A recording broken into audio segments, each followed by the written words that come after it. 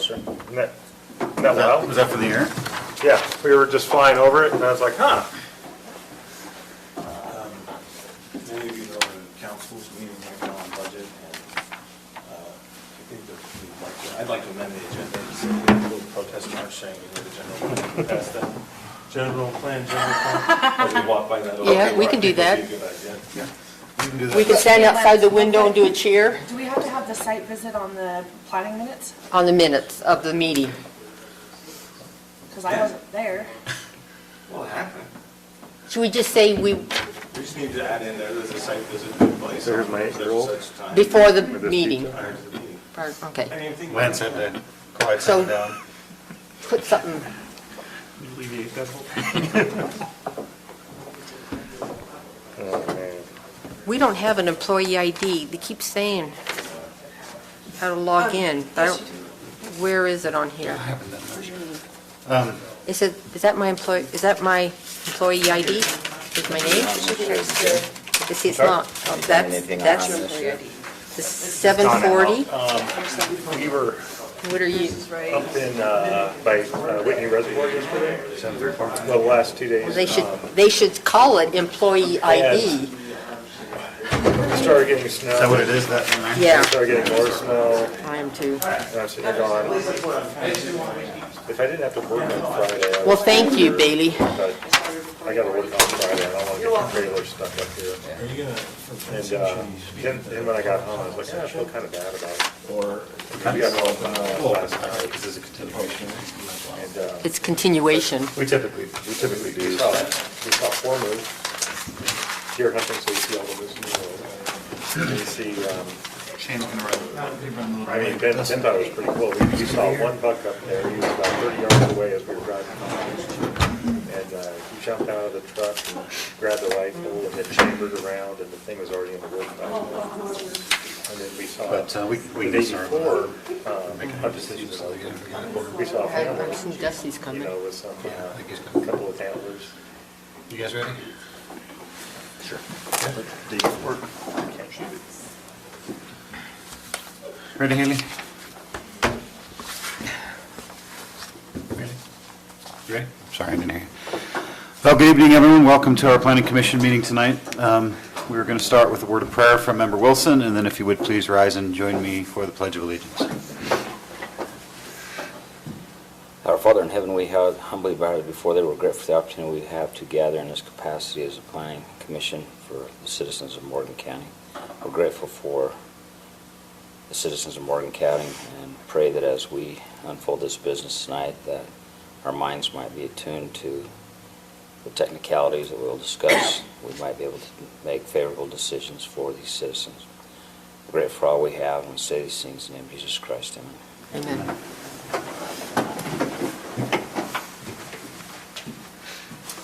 I have pledge allegiance to the flag of the United States of America and to the republic for which it stands, one nation, under God, indivisible, with liberty and justice for all.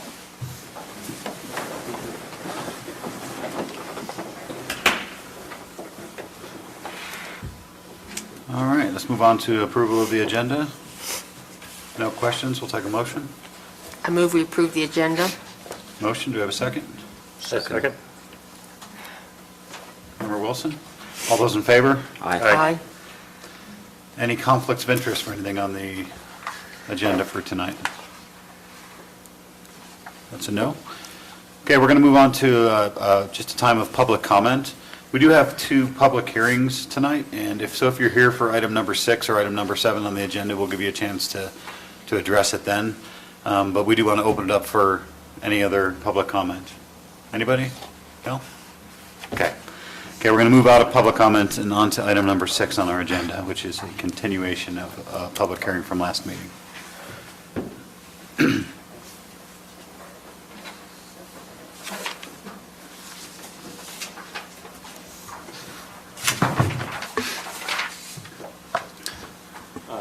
Okay, good evening. The first item here is a continuation of the fencing ordinance, where we had a robust discussion a couple weeks ago, and I think we got a lot of good discussion and good topics were called out. Basically, it boiled down to, after looking at it a little bit, the existing ordinance we have is maintenance of the fence, lot size requirements, and when the fence installation would take place. I think that's the main areas that we kind of were talking about a lot, but we didn't really decide on in the code. I've also had some communication with members of the community, just concerned about the direction that we were taking, and that maybe it's a complex issue, as you guys are well aware. The whole discussion of fencing in and fencing out is one element. So right now, Morgan County is a fence-in county, where you are responsible to fence in your animals. So discussing that aspect of, well, do we want it to become a fence-out county, or are there portions of the county we could make fence out or open range? So you would be required to fence out somebody else's animals. And we felt like, you know, and staff thought about that, and maybe that's more of an issue that it's really, that is discussed in Title V of the Morgan County Code, and it's more of a policing issue. And so that's not what this ordinance is about. This ordinance is about, do we want development to be required to fence around when they come in and they have agricultural uses next to them, should they have to fence out? And what should that stand for? So that's the direction we'd like to go tonight on that. Yeah, we don't need to, this is a continuation of the public hearing, so could we see the changes that we drafted last time? Do you have those? Well, we didn't agree on any changes. Well, there was 3 areas where we were focusing on. There were a few tweaks that we went through. The only 3 areas left are the maintenance, lot size, and when. Right, and we talked about a lot of stuff, but we didn't actually. I think in the definitions, I thought we did. We made change to the definition. I'm, 4 definitions: agricultural area, agricultural fence, livestock, and non-agricultural development. I have a few marks up in those, but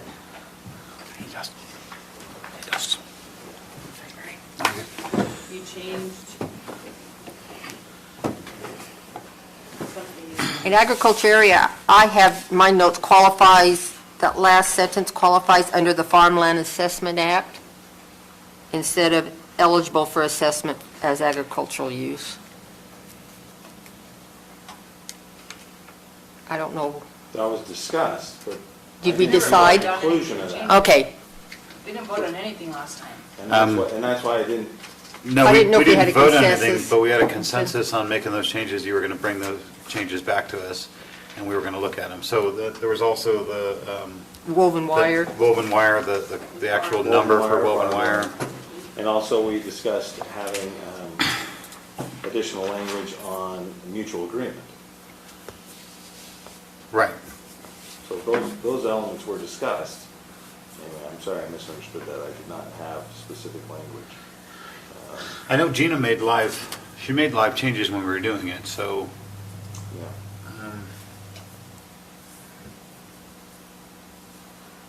She's on the time. No.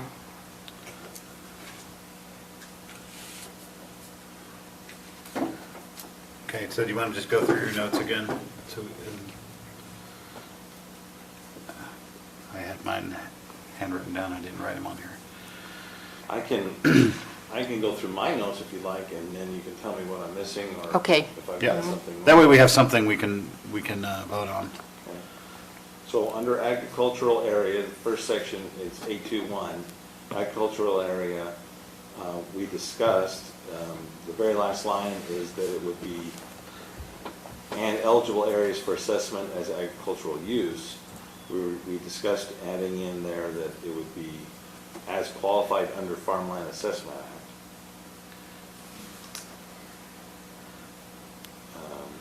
On agricultural fence, the NRCS standard was woven wire, and we added in woven or barbed wire. Right. Conservation practice job sheet.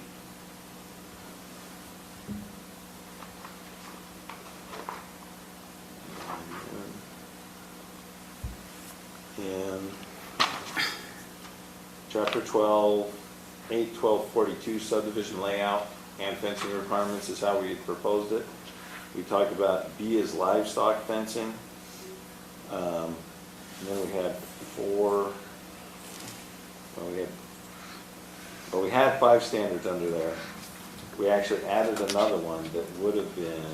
Yeah, we corrected. We deleted 4 and changed it to ownership shall apply. See, I didn't give them clear read on that. No, Ownership and maintenance of the fence shall be 50/50. The HOA shall be responsible for maintenance. And that was, we had replaced 4 ABC Right. with just that statement or something similar to it. Right. So we struck, as determined by Utah State Code for qualified landowners, because that definition led us to a different code. right. Where's that at? I'm sorry. That was under, That was under 4C, but I think we struck all that, right? Except for ownership and maintenance of fence shall be determined Right. by Utah State Code. Right, that, we left And we it, struck we left it qualified. generic. Ownership and maintenance, so 4 actually now reads, ownership and maintenance of fence shall be determined by Utah State Code for landowners and qualified adjoining property landowners. For property landowners and qualified adjoining Sorry, landowners? For qualified adjoining landowners.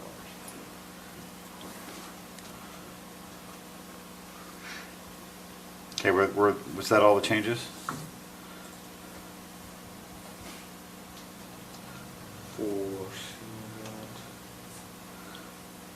did we leave, what did we decide on the wildlife mitigation corridors at number 4, just not the AB?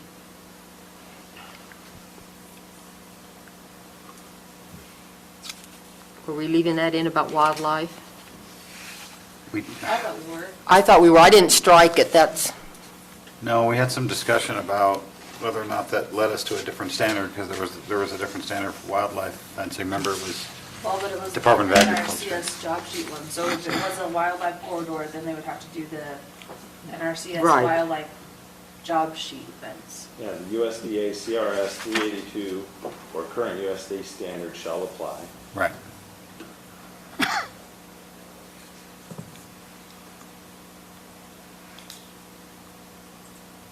we I'm just, not sure where that- we So crossed we're- out the A, B, and C. We did, yeah. Yeah, because Because the standard would apply. cover it. Right.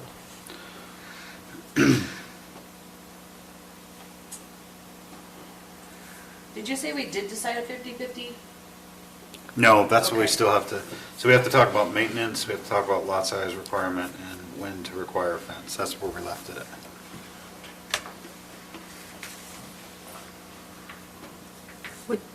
Okay, number 4, going back, what wording did we cross out on the 4?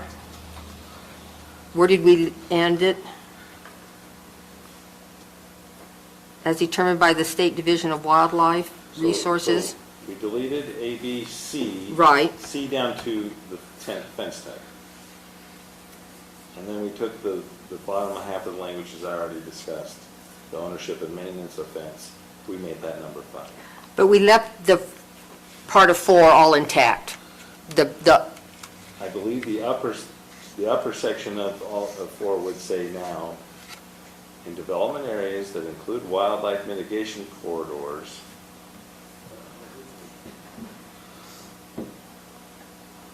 what I had is that in development areas that include wildlife mitigation corridors or critical wildlife habitat Habitat. as determined by the State Division of Wildlife Resources, USDA CRS 382 or current USD standard shall apply. Yes.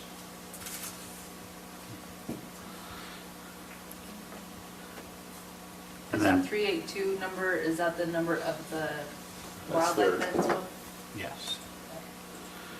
I didn't get those numbers, but we'll, I'm gonna double check the numbers.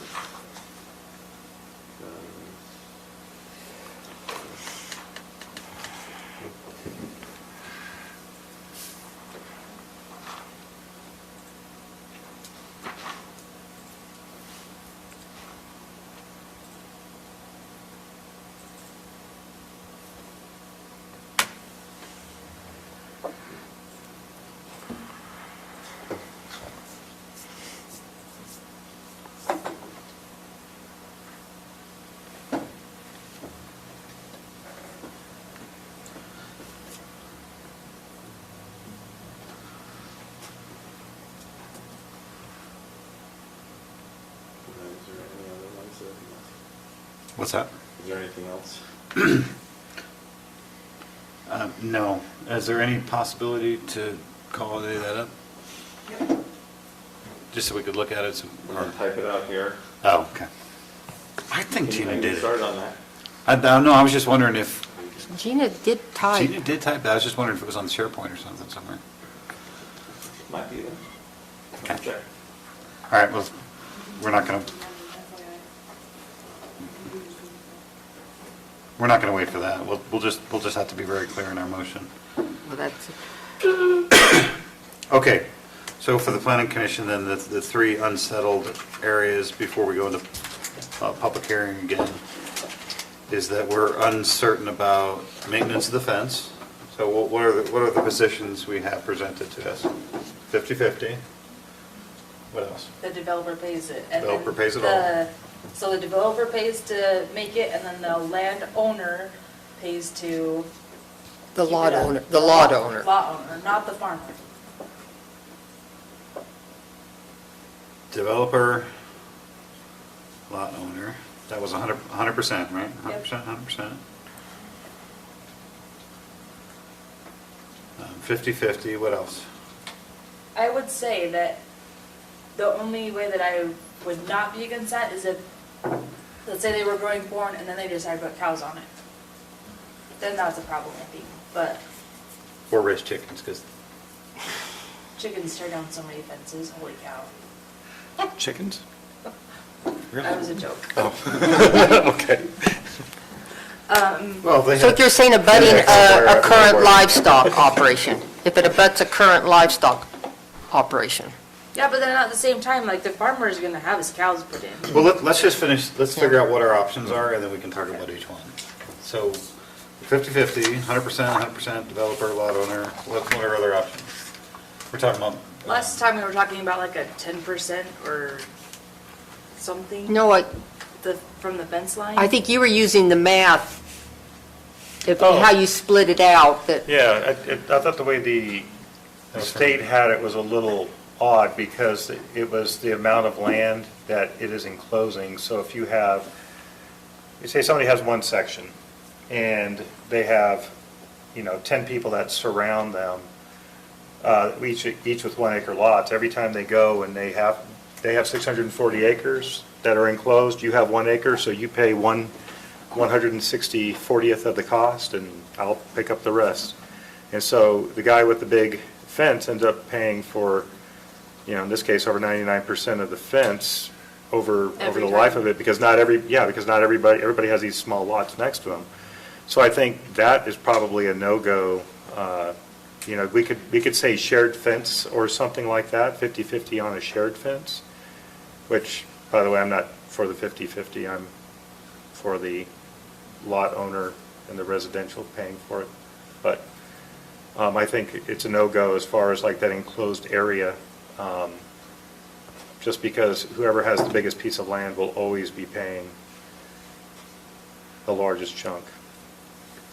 Okay, so that's the third option. Do you guys think of any other options that would work? We had the As I said- Idaho option. I was gonna say the Idaho option, which was every other year, it changes hands, right?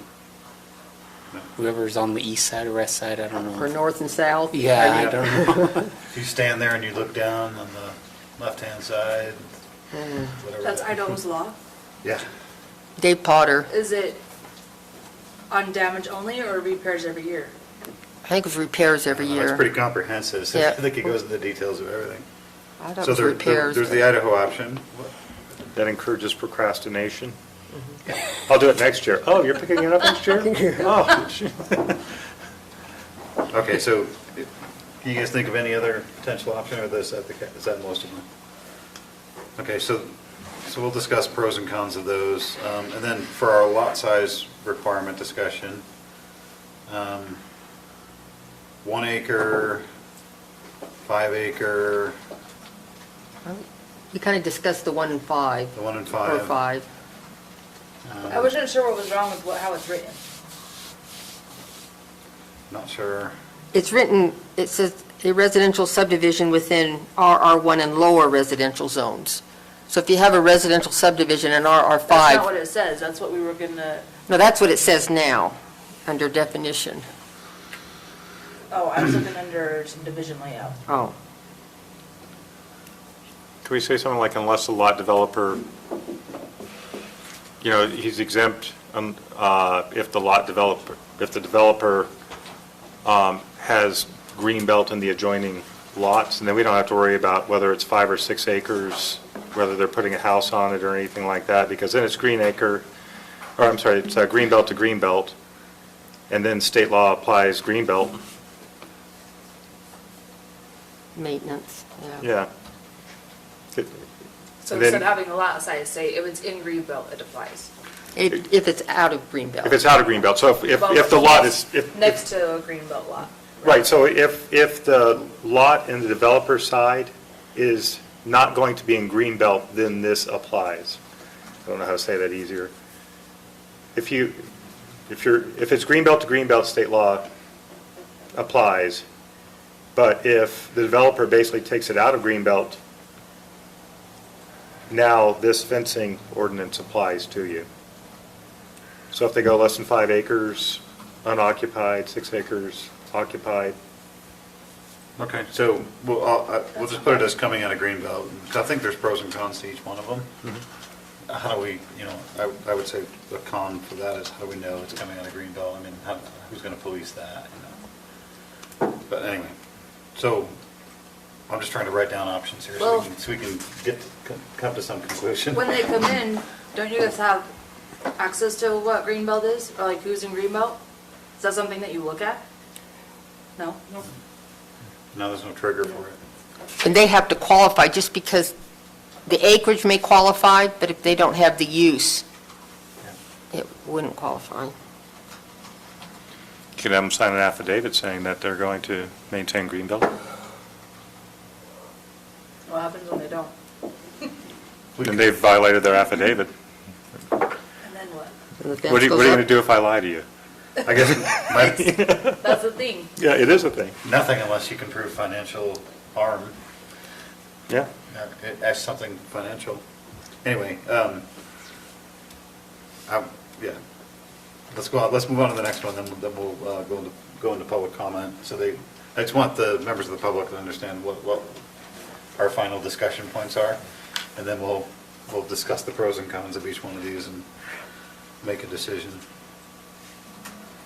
When to require fence installation, I guess that's really part of that lot size requirement one, right? It's the coming out of green belt.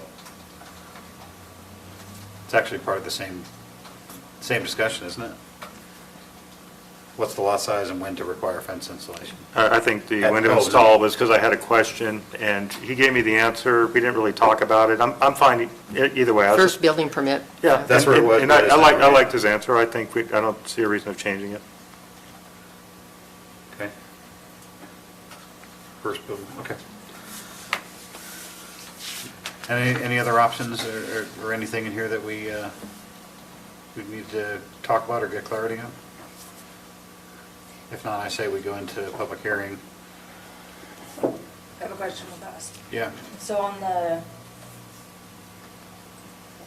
in the definitions, the non-ag development, it says within RR1, does that mean if I have 10 acres and I'm developing into 1 acre lots, it applies?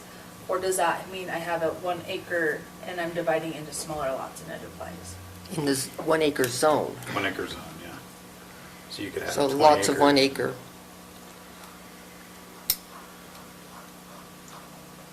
That was part of our discussion, should that be 5, right? Should that be RR5 and not Instead of rural R1. ranch 5, not rural residential 1? I don't know if, I don't think we ever changed. It's still rural residential. Oh, okay. Ranch residential. Ranch. No, that's in the general plan. I think Yeah. in the code it's rural, It's still rural. Okay. residential. So that's one of our question marks, is should that be a 5, basically? Okay, anything else? In the definition, yep. No? How about we go into public hearing then? So moved. We have a second? I'll second it. All those in favor? Aye. Okay, we're in public hearing now for item number 6, so just ask if you've got a comment, just state your name and so we can hear you on the record. Thank you.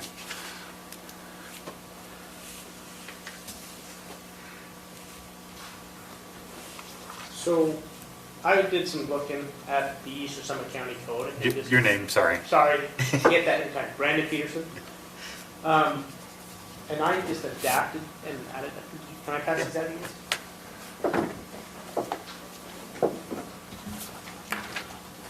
I just plagiarized it basically and added in Morgan County and then took out the shared 50/50 cost. Yeah.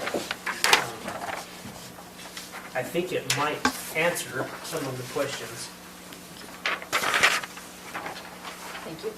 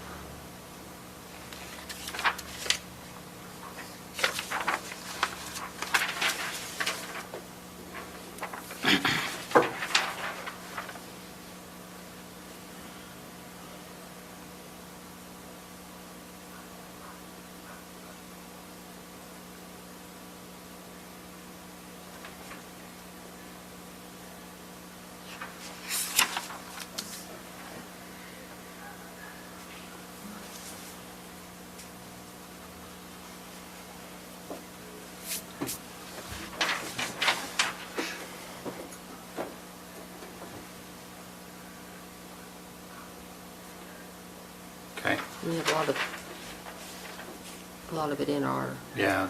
So we'll discuss it after. Okay. Anything else besides this? Yes. Yeah. So, notwithstanding what Lance talked about, Uh-huh. whether it's in Title 5 or what's this, or 8, Mhm. I kind of geared this towards whether that it needs to be simplified. First of all, let me apologize for not being here at the last meeting, because I sat and listened to it online, and I think I should have said this 2 weeks ago, but to take it from your words, what is the problem we're trying to solve? Keeping livestock off of property where people don't want them, right? So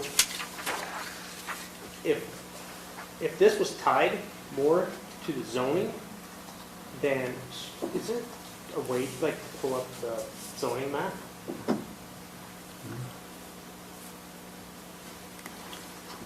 Well, it's been pulled up. If you put it in everything that was F1 and MU160 and made that a fence out area, that's saying the only reason you have to put up a fence is if you don't want livestock on your property.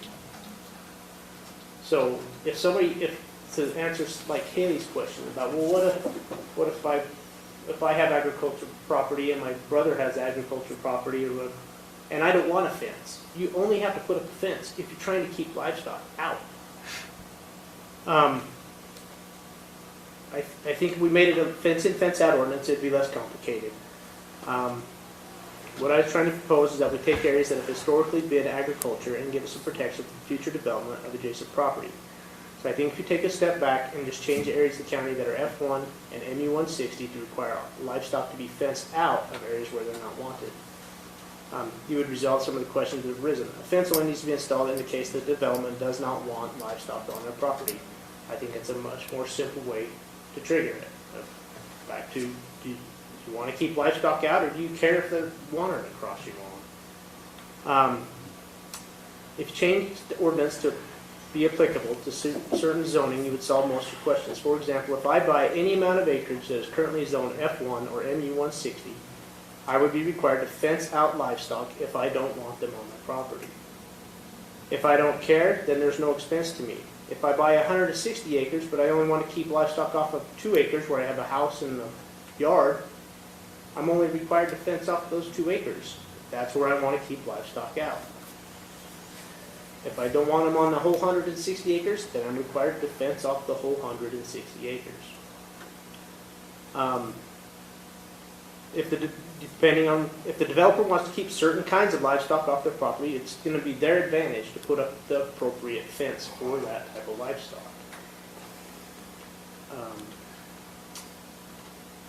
If you've got 2 agriculture parcels, one's being used for corn and one's being used for hay, once again, there's no reason to fence it, because you're not trying to keep, it's just 2 fields.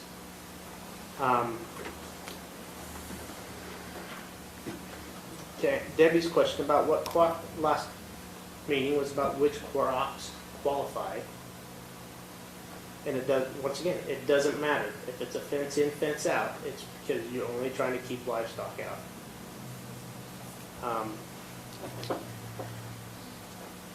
I know that the sheriff had issues of making it fence in and fence out because he was concerned about down in the city limits or along the highway or where. If all that's F1 and MU 160 is all fence out and everything else is fence in, that covers the concern. Because if it's not MU 160 or F1, you're required to fence your livestock in. And most of it's already fenced.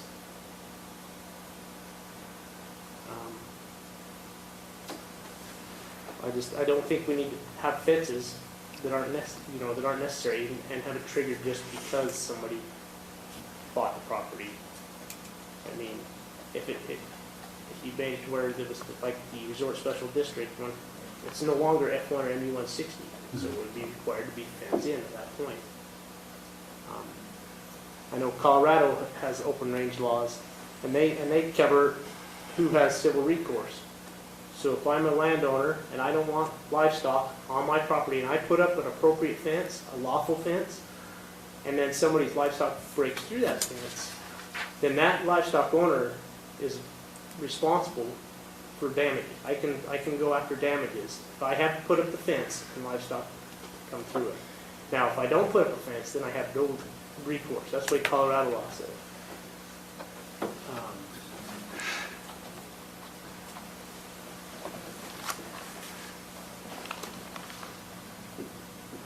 I know that Utah is a state that is all fenced in, but the Utah Farm Bureau says there's several counties that have both areas, fence in and fence out. That's pretty much all I've got to say. Hopefully it made sense. I don't know. Yeah, no, thank you. Appreciate it.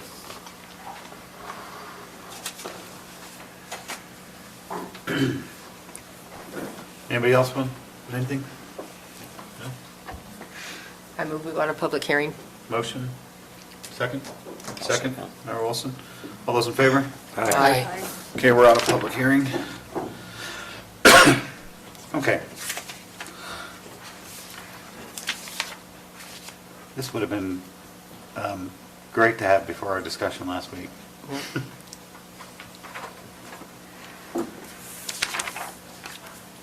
I mean, I appreciate Brandon's comments, and I would like to, I don't, we can't direct the council, but that should be what the council takes up as a general fence in, fence out countywide.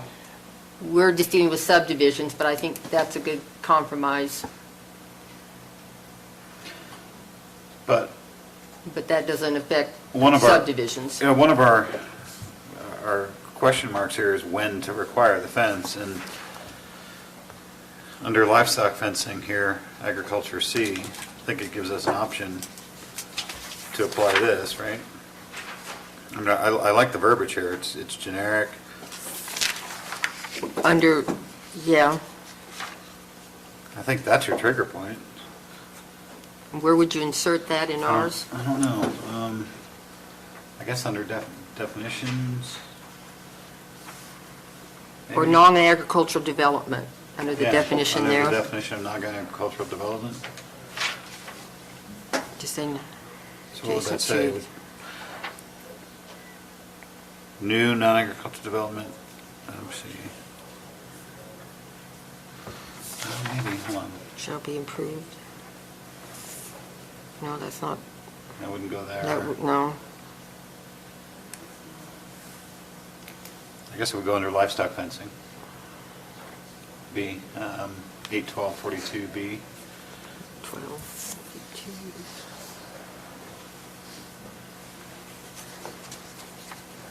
Yeah.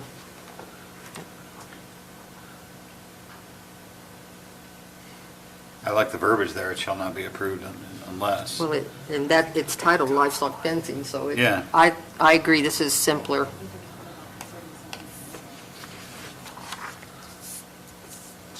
And that talks, let me see. Then we don't have to talk about lot size. No. Actually, everything beneath it makes sense, so C. Except the A, B, and C of Under three? of the Yeah. livestock. We need to, Yeah, we wouldn't. we wouldn't want that already got again. that. Have that same verbiage that Lance mentioned.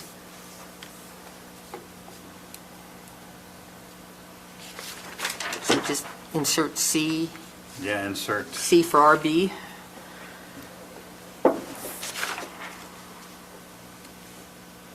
I think so. What do you guys think? Insert all of C for all of B. All of C except for Except for the A, one- B, The and C. ABC. A, B, C, but for all of B. Let's see, make sure everything else is covered, because in RB, we've got lot size, we wouldn't need that. It No. would end that discussion.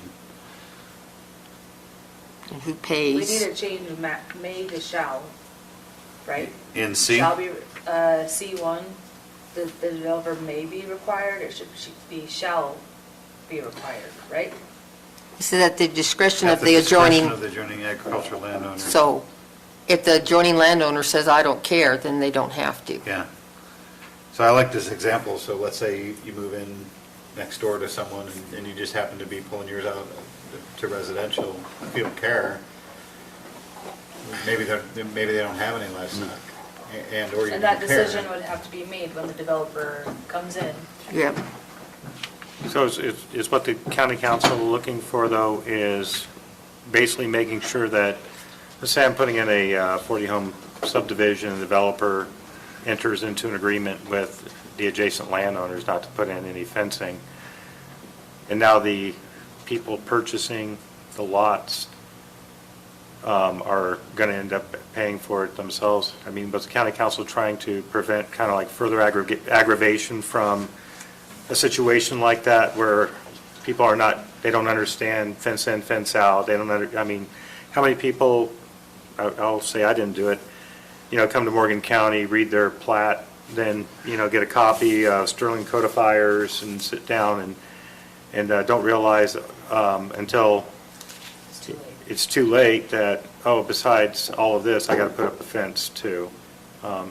It's one thing, if you walk out your kitchen and there's no deck back there, you kind of recognize that, but this might be a bit down in the weeds for a lot of people moving out here, not understanding, hey, I'm next to agriculture I bought in January when, the cows aren't necessarily hanging out in the pastures, but come April, all of a sudden I've got a $5,000 expense putting up a fence, and that the developer basically entered into an agreement just to avoid the cost and passed on the pain to the people purchasing. But a lot of people that purchase lots have to put in their own fencing anyways. Yeah. They fence their yards, I guess I would go back to because the.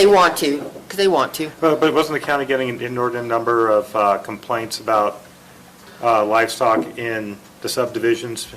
And so I think this was to Well, if I avoid remember the problem those. statement, it wasn't. It's more of a, hey, this has happened in the past, and since we have development, we don't want it to happen in the future.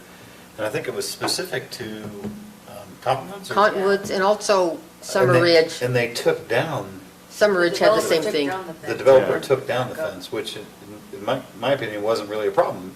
They should have went and had a civil issue and said, hey, put the fence back up, and then they wouldn't have had those problems. So I think there's some memory of that, and I think that's what's driving the ask, the charter from the council to us to develop a fencing ordinance in the subdivision ordinance, which is a little bit different than East Summit counties, because it's fence in, fence out. We're just looking specifically in our subdivision code.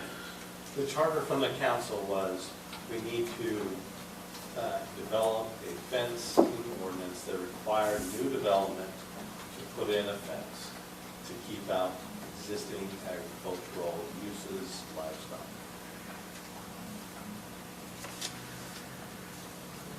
So thanks for that clarification. That clarifies the problem statement. Yeah, so our charter is to, let's see where we're going. To develop an ordinance that requires new development to put up a fence, to pay for it. Did I restate that accurately? Okay. Okay, so we're back to the, to answer the question, that's a great question, it's a great consideration, I don't know. But it's, So on, we would be beyond that if they entered into this, if they entered into an agreement. But I also like the fact that this gives an out for small subdivisions.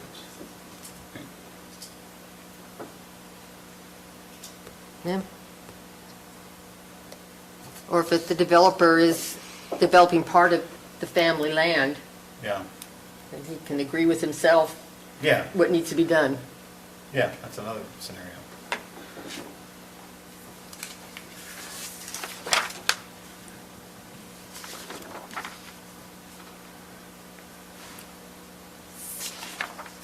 I'm just trying to mentally read what it would say. So under livestock fencing now in our subdivision layout and fencing requirements, what we're proposing is that it would say this. It would say, instead of it saying all non-agricultural developments that border agriculture areas shall install an agricultural fence, what we're recommending or considering recommending is this, which says new non-agricultural development immediately adjacent to an existing agricultural operation shall not be approved unless the developer and/or subsequent owners of property within the development assume the responsibility for fencing and the cost thereof for fencing out livestock in accordance with the Utah Code. That covers the same thing. I think it says the same thing. All major developments, including residential subdivisions, commercial and industrial operations, and other projects that border agricultural land shall be the subject to the following fencing considerations. Maybe considerations is a little bit weak. Should be Fencing rules, fencing fencing requirements. requirements.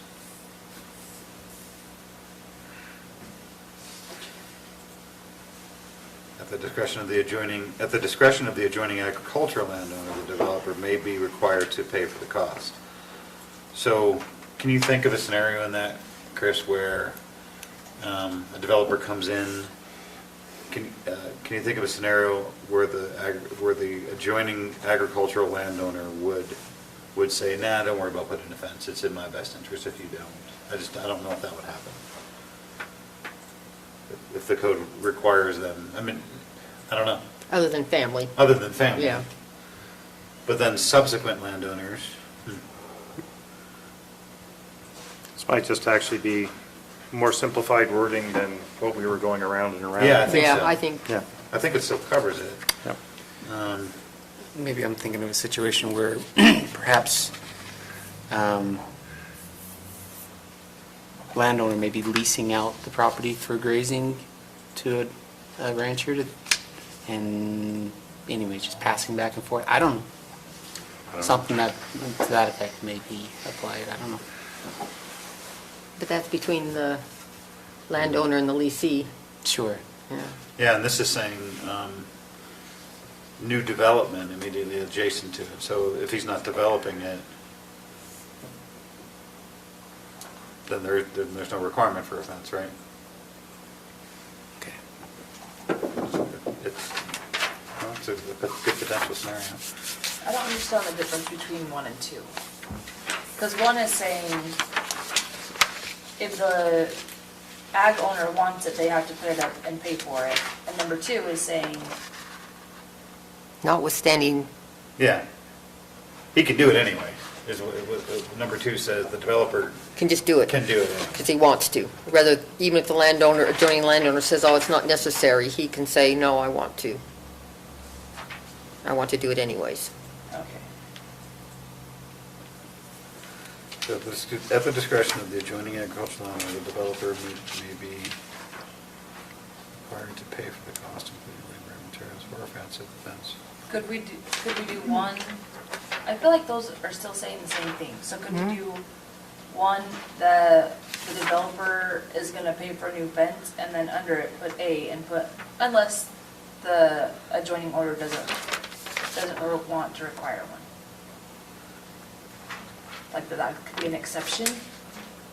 That's what that notwithstanding means. You just don't want it to have a separate number.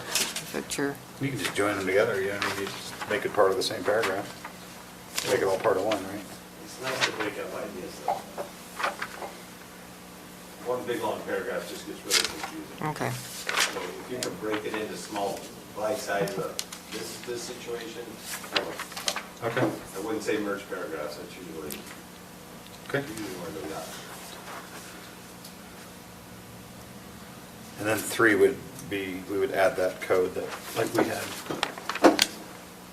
But we were gonna change ours too. Yeah, well, we were going to change ours too.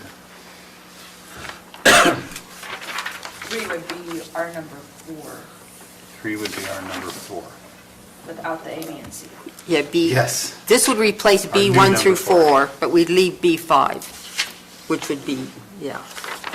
So that would get rid of, Number 5 would be 4. so this will cover our lot size. Yeah. It covers what number 2 is talking about. It does not cover what number 3 is talking about. On our copy, under B1, or under B3, All right. that it has to be installed prior to building permit, So we could bring that in. so we need to have that, right? Right. We could just make That could be number 4. And bring So in, these are 1, 2, and 3, but without the A, B, and C. And then our number 4 is the building permit one. Mhm. And our number 5 is our number 5, Yes. right? Yes. So, taking a step back, so we're doing prior to building permit, is that correct? Rather than saying at the discretion of the agricultural landowner, I think prior to the building permit, you have to get his desires recorded, whether he wants the fence or not, because if you don't, Well, part of the building, I guess part of the building permit checklist would be fence in, They would check they would have to that. check that. okay, would you actually go to the adjacent, or to the agricultural landowner that's adjacent to the development, or owners?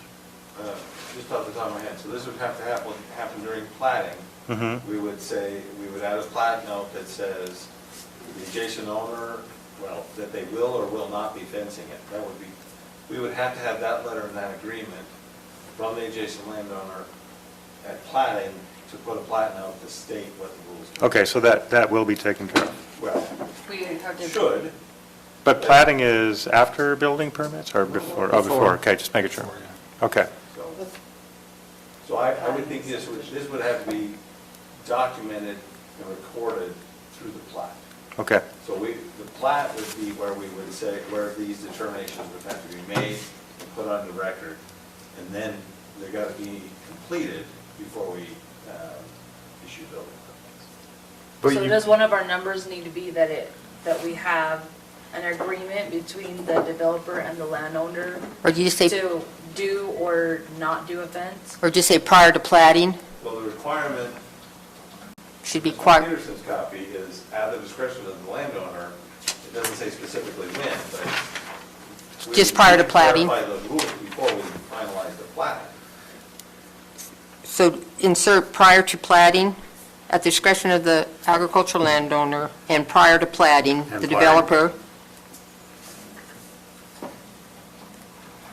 Yeah. Not, yeah, would it be and or just at the discretion of the adjoining landowner prior to plating, the developer maybe? Yeah, Prior to. No, that wouldn't be there, would it? Hold on a second. at the discretion,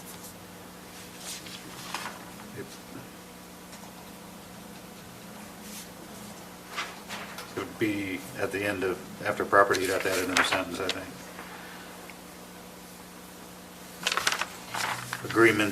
Agreements must be recorded, or agreements shall be recorded on plat? where, Kind of like that, agreement shall be recorded On the plat? as part of the plat.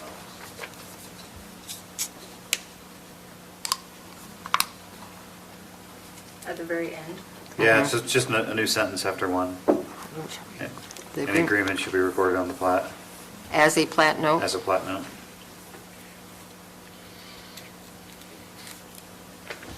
Okay,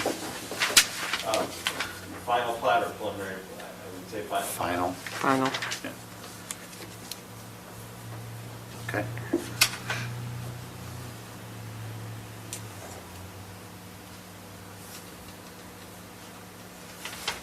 Okay, so that takes care of everything except for maintenance, right?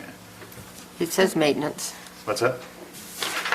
I thought I read maintenance somewhere. Yeah. Somewhere else in the document, where was it? Yeah, and the cost thereof. And the cost, Oh, yeah. okay.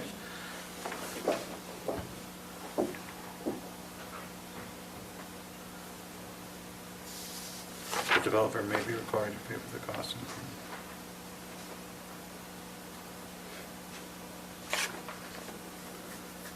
So cost thereof means maintenance, Where are you? Including- right before the yellow section? Right, so- Oh, Yeah, the cost thereof, so. Instead of thereof, do you want to say thereafter? I think the word maintenance should be in there. I don't like which the tells word you a thereof. fencing And maintenance costs thereof. and, Just before the highlighted. maintenance costs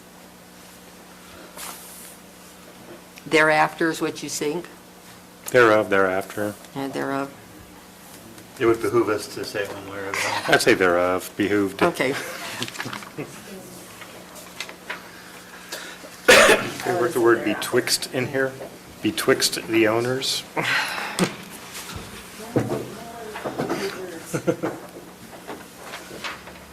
So do we have all of our answers then? The only thing is, So they're doing 100% of the maintenance.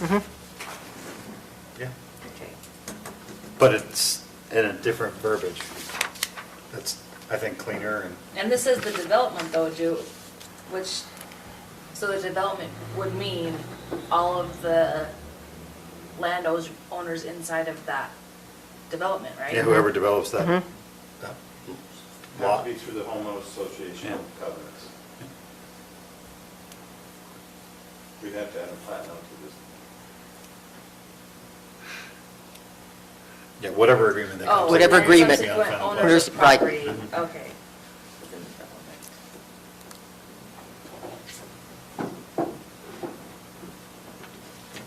I think it works. yep,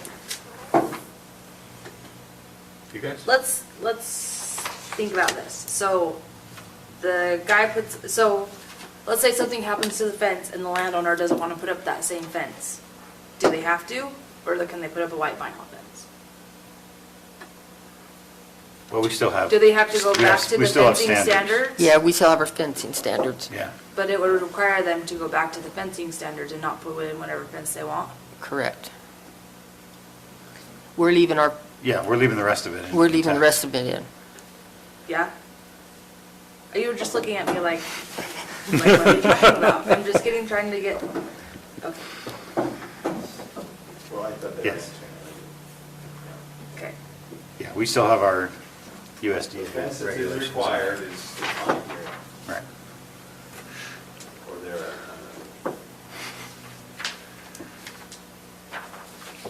And Lance, says major developments, is that actually defined? So when it says all major developments, is there a specific definition when this would get triggered? Well, not that I can see in this draft. Okay. But in our definition, definition. we say non-agricultural development, and maybe it just needs to change to a residential subdivision or commercial subdivision or an industrial subdivision and/or a development established with a development agreement. Where That's, where are you seeing major development? Chris? So after the sentence after the highlighted, it says all major developments, including residential. So how about if we just strike from major developments through including, so all residential subdivisions, commercial and industrial operations, and other projects that border agricultural lands? Or Yep. or all non-agricultural development, Yeah. since we already defined it as if non-agricultural? we, Yeah. yeah. Yeah. I have another question. So in our livestock definition, fur-bearing animals are in there, and the fences that we are requiring are not gonna stop fur bearers. Does that make a difference? No, I don't For think so. bearing is Nothing livestock? will Like stop, a mink? A mink's gonna go. nothing will go even through a chain link, nothing will stop a mink. Is it chain link though, or is there a box fence? It's not chain link. No, I'm saying even if you required a chain link, it wouldn't stop a mink, so, No, mesh fence wouldn't stop a mink. Nothing stops it. no, nothing stops a mink, so. Plexiglass. I think that's chamber. I thought we agreed we would never talk about mink farming again. What's next, gravel pits? It's not on our charter, let's stick to the charter.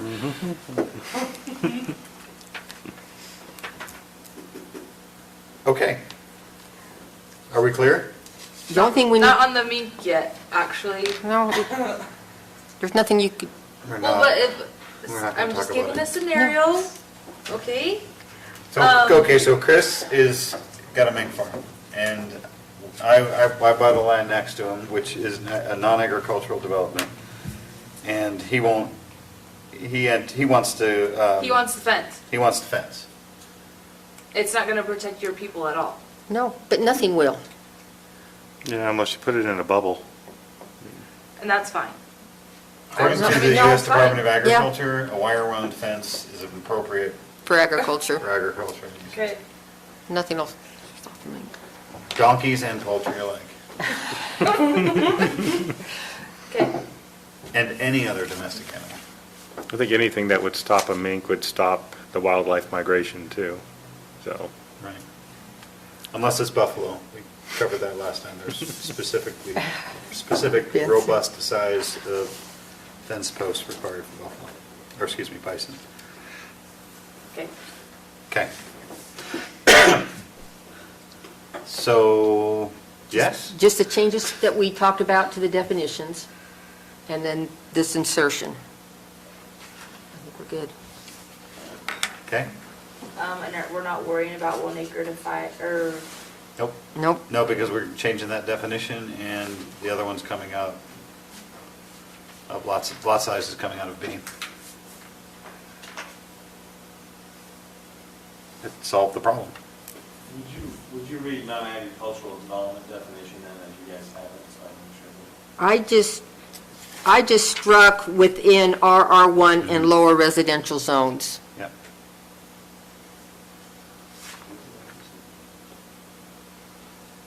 Or a commercial subdivision.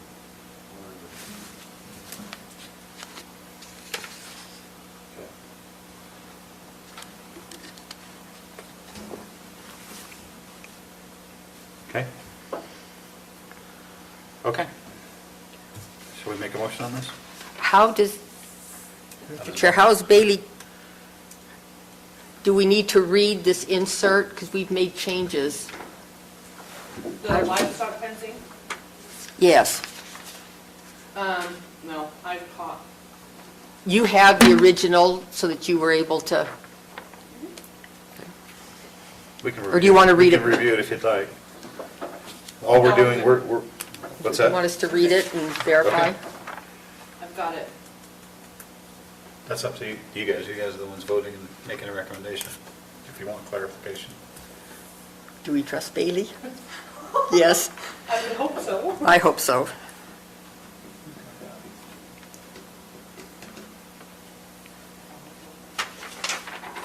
Okay, if you're comfortable with that, let's make a motion, get this thing out of here.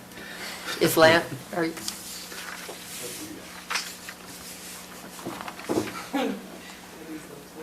No, that's fine. I didn't know she had the original to type from. But I found the phone. Oh, from Eastern Seven County? Oh, okay. Yeah. Well, there you go. So just for my clarification then, so for fencing and the maintenance costs thereof, and the next sentence is all non-agricultural developments. And then we struck through considerations and made it requirements. And then we added this sentence at the end, agreement shall be recorded in final plat or something thereof. Whence about. So, The only thing we don't have is Lance's wording for livestock mitigation, Migration. migration, excuse me. Yeah, that's okay, he said mitigation 3 times. We let it go. Chris was twitching over here, but we let it go.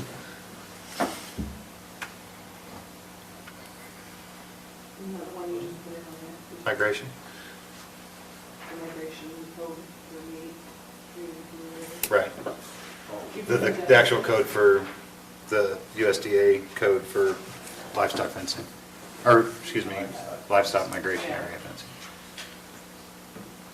No, not livestock. Wildlife fencing. I'm thinking, I have mitigation on my mind right now.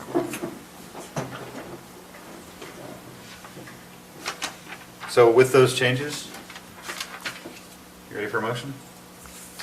Do you have the changes to the definitions, the 3? Okay.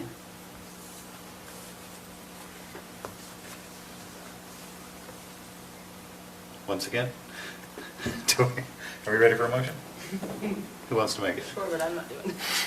Sure. Can we just say with the noted changes? Yes, I think so. It's all recorded.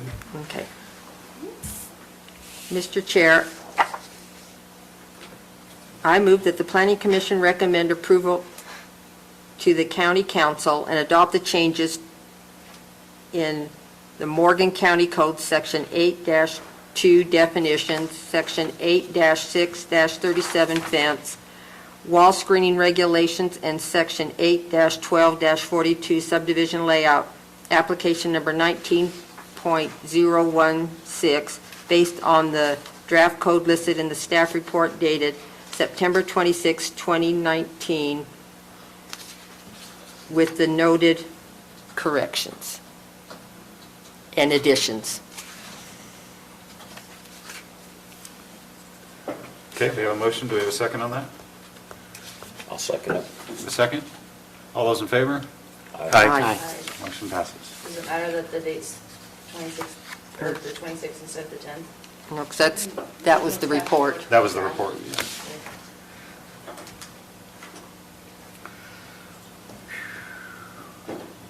Thanks for bringing that. Yeah, thank you. Where were you 2 weeks ago? Yes. Our meeting would have been an hour shorter. But we added another hour on tonight.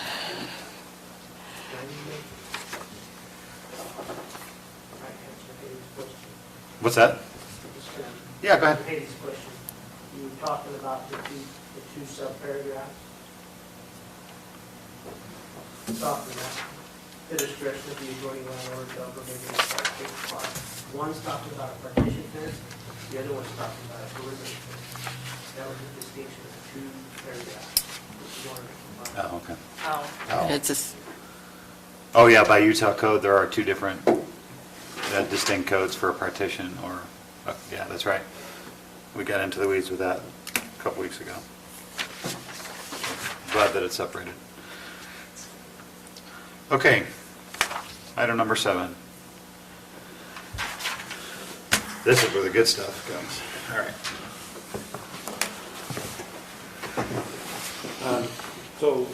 We've had several discussions about the need for a lighting ordinance in Morgan County to address, obviously, dark skies and just the quality of life and the atmosphere of the county. So the staff developed and drafted this ordinance. I'd like to walk through just a few little points. Just as we talk about why do we do a dark sky and what is it needed, and we talk about in the ordinance itself that the purpose and intent is to reduce, eliminate, and prevent light trespass, reduce, eliminate, and prevent unnecessary and inappropriate outdoor lighting, reduce, eliminate, and prevent the effects of outdoor lighting on wildlife, prevent unsightly and unsafe glare, promote energy conservation, maintain nighttime safety, utility, and security, encourage a minimal light footprint in land uses in order to reduce light pollution, and promote and support agritourism and recreation, including the pursuit or retention of accreditation of local parks and international dark sky association. And I just pulled some things off the internet that kind of illustrate. I mean, here's the light pollution in the United States. There's kind of Utah in the red circle. We're pretty good except for our urban areas. And the whole intent is just to keep that, that dark atmosphere. And there's other benefits that we've discussed. Here's Morgan. You can barely see. This is Pleasant View, Harrisville, Ogden, and of course, Salt Lake City's got quite a bit. We're right on the perimeter. We've got the mountains that kind of give us a buffer from their night lighting. But this was an interesting, we're impacted already, and we need to start developing it. What is aluminum? We talk about in the ordinance a lot of what is aluminum, how much is required, where, how high can they go, that type of thing.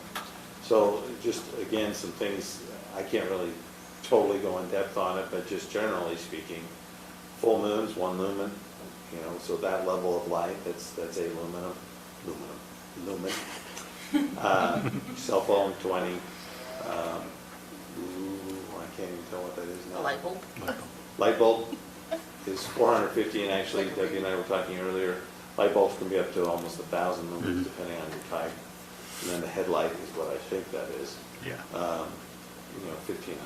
So just to give you an idea of the different levels of what we're talking about. So as we read through the ordinance, we can do that. Some other terms that we discuss is just, it's cut off, and full cut off is, I believe, what's required.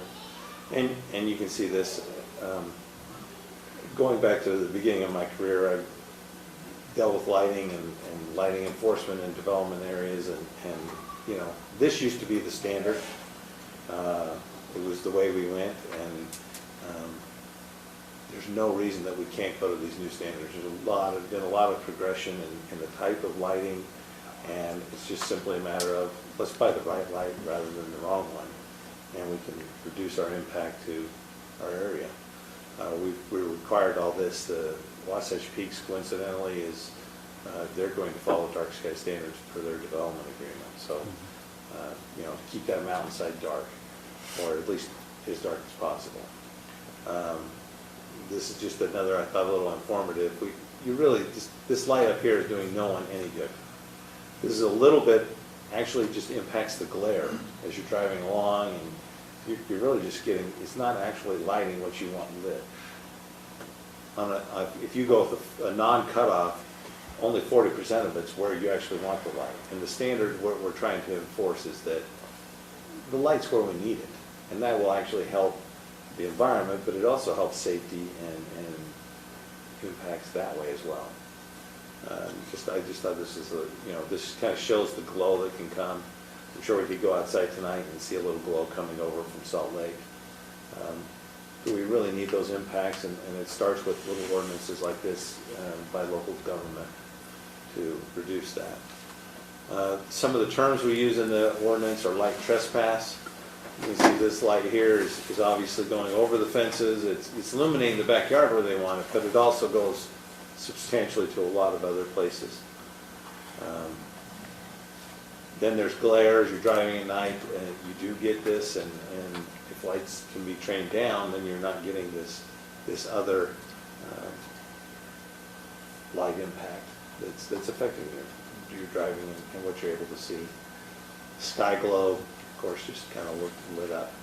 As a side note, this is what I call dense development. I know that's not part of the discussion tonight, but that's dense, not 1 acre. Anyway, just.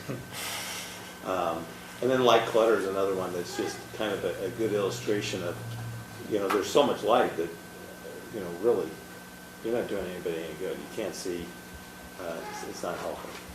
The standards, I just pulled off some of the catalogs.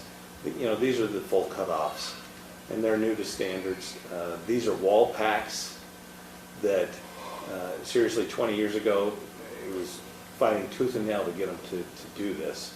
The wall pack, the light actually just kind of, if you can take this light and turn it sideways, it's just showing out everywhere, up, down, sideways, and it's like, well, if I can put one big wall pack on the side of a building, I don't need any more.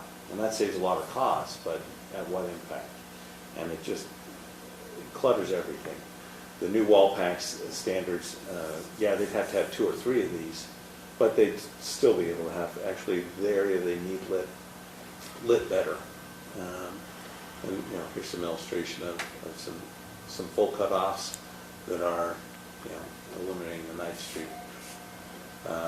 And then here's another example. These lights on top, going out, you can see the glow.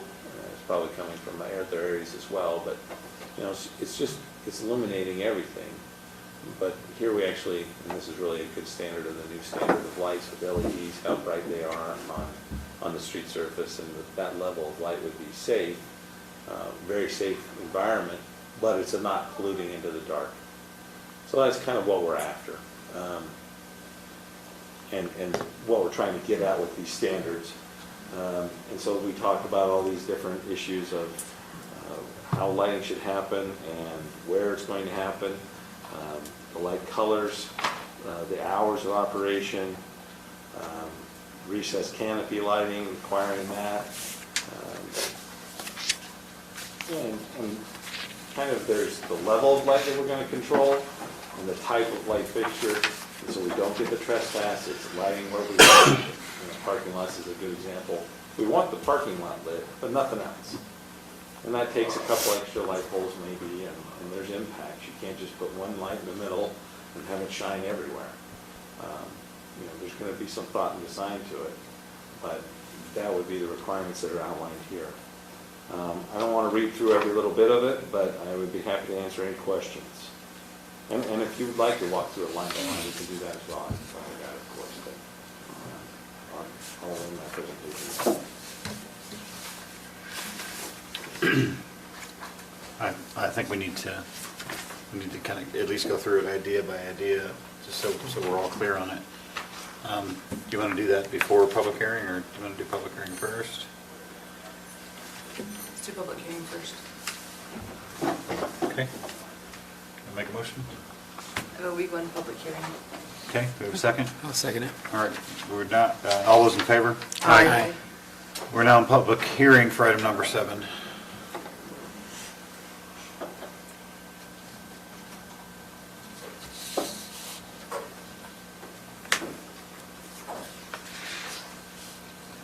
Tina Kelly, Mountain Green. I read through this ordinance earlier today, and I didn't have a lot of concerns with it, but I did have some questions, and you probably will answer them, but just as well ask them. Mm-hmm. The first one was the holiday lights. I know some people who do use the holiday lights all year round. But they aren't Christmas lights, they're holiday lights. They put them up for fall, spring. I didn't understand how that was offensive. It's not bright. And then on page 3 of the staff report, number 5D, recreation facility lighting. So the recreation facility, the light color standard does not apply to lighting for recreational activity area. I wasn't sure what that meant and why you wouldn't apply. And the temporary lighting was on the next page, 4, 5B. The motion sensor. So I've been a good citizen. I've followed all the rules. I have, every time I've done a remodel on my house, even if it didn't need a permit, I permitted it just to make sure that I was in good standing, that I wasn't violating anything. And I have motion sensors on my house.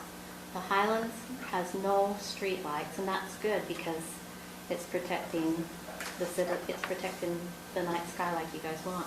But it's not safe when I come home at night if I can't see to get into my home. So I have motion sensors in my driveway, and I have outdoor lighting that probably exceeds the lumens that you allow. But it's only comes on for that time that if I have it set because I'm away and I come home. Or the other purpose is safety. My shop has motion sensor lighting, and I want to be able to see if those lights come on because I want to know what's going on at my shop if I'm not there and there's an intruder. So I don't want to be in violation of your code unintentional. But I do think there is a purpose for the motion sensor lights and how bright they are. And they are usually canned lights, and they are downcast, not outcast. Those are my concerns. Thank you for what you do. Thank you. Anybody else, any comments? No? Motion to go out? I think we've got public A second? hearing. A second. Second, all those in favor? Aye. Okay, we're out of public hearing on 7. I'd made notes, public comments there, but let's just go through each one just so we all have an understanding what this is. Purpose and intent, I think staff covered. Any questions on that? If not, we'll go to section 8.6, 44B, applicability. So new outdoor lighting, they're defining new, existing, and residential, and then if there's a conflict, more restrictive applies. Any questions on that? So general standards. So just like Lance had in that picture, the previous one there, so we're saying all lighting shall be fully shielded and downward directed. So, sorry, previous. So does it fit into one of those, that verbiage? Are we saying if we're trying to get to cutoff and full cutoff?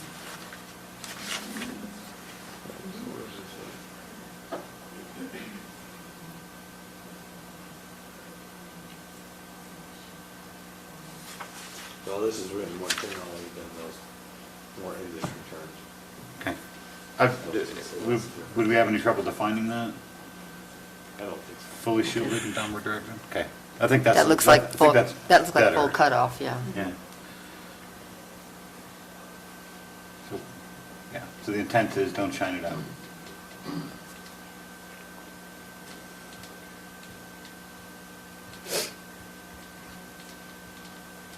Equal to or less than 3,000 Kelvin. It's the color. So. Here you go, Gary. 5,600 daylight. So this is 1,000, that's 3,000, so you'd be in this red to yellow range. Thanks. Everything else is like, that's up to 10,000, the white. The bright blue. And that's lumens? No, that's That- Kelvin. Kelvin. That's the- color. Yeah, Kelvin, that's the, Oh. it's the color temperature. in Kelvin, degrees Kelvin.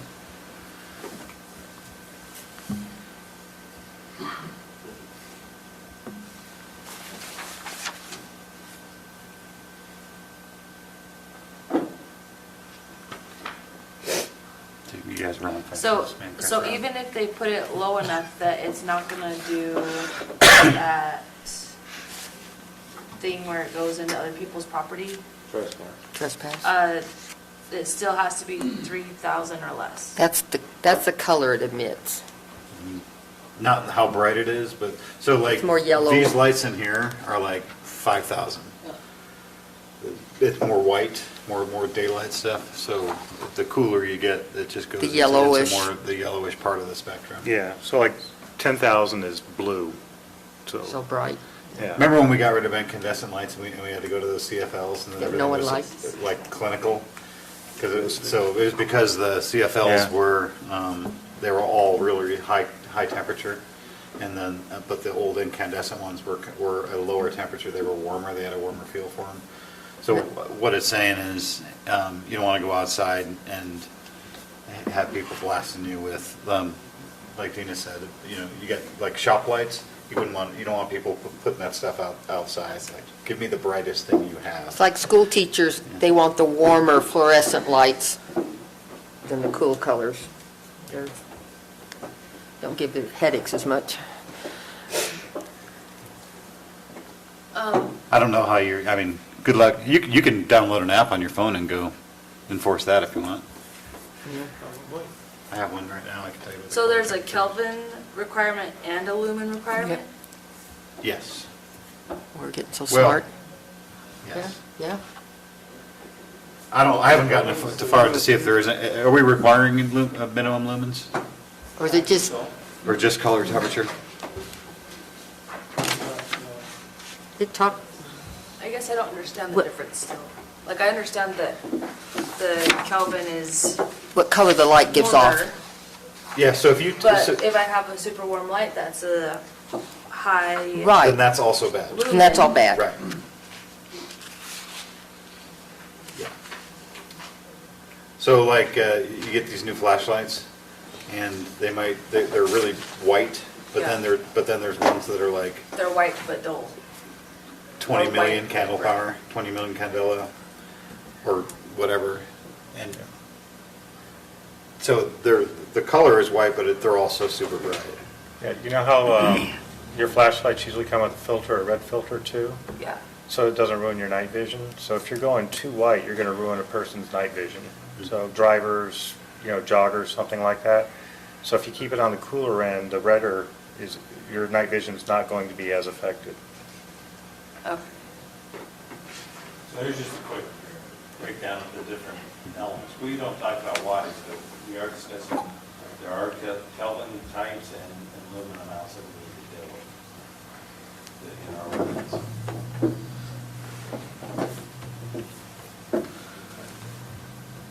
So we do talk about Lumen. lumens later on. Yeah. But for now, in general standards, we're just talking about color temperature. So from general, we move on to specific. I had one question in the specific standards, number 2. The flashing and flickering lights are only for commercial industrial manufacturing. I'm aware of a house that has flashing and flickering lights. Are they that- holiday lights? No, they're year-round and they change color and flicker and do runs. Do we address it at residential or just, we don't deal with residential regarding this? I think This is more commercial. Yeah, it's more commercial. Okay. students, But we could certainly look into that. What if they're flashing or flickering, but they're under 3,000 kelvins and under the lumens? Then they won't be too bright, then. That would be the fine, impact would yeah. be minimal. Yeah. No, that's fine. I just, Minimal, but be less. just probably when we're doing development agreements in residential that we address lighting, be more specific too.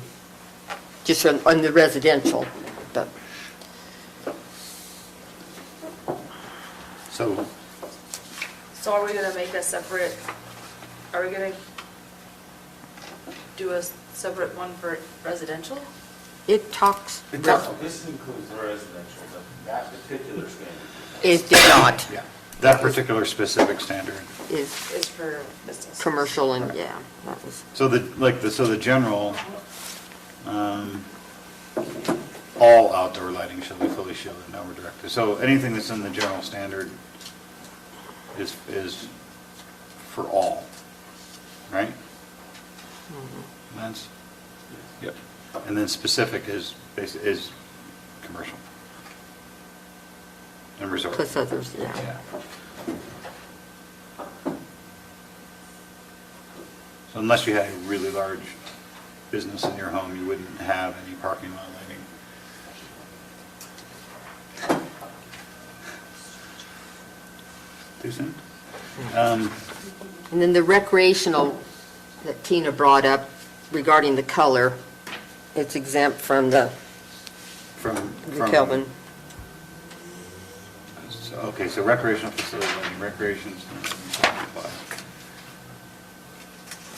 The light color standard does not Yeah, apply. because you need brighter You need- lights for Baseball or, baseball yeah, diamonds or whatever. football. Pickleball courts.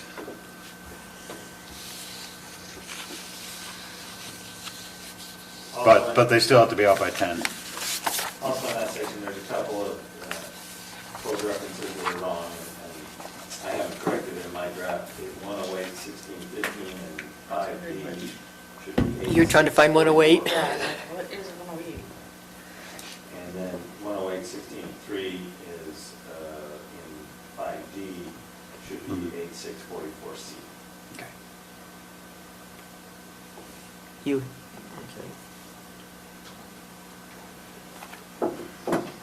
Okay, So for side lighting, it refers us to section 810, are neon signs prohibited? Because I don't see that as prohibited in there. Here, but internal illumination is allowed in signs in Morgan County. I can't remember if it's what it says about neon. I can check that.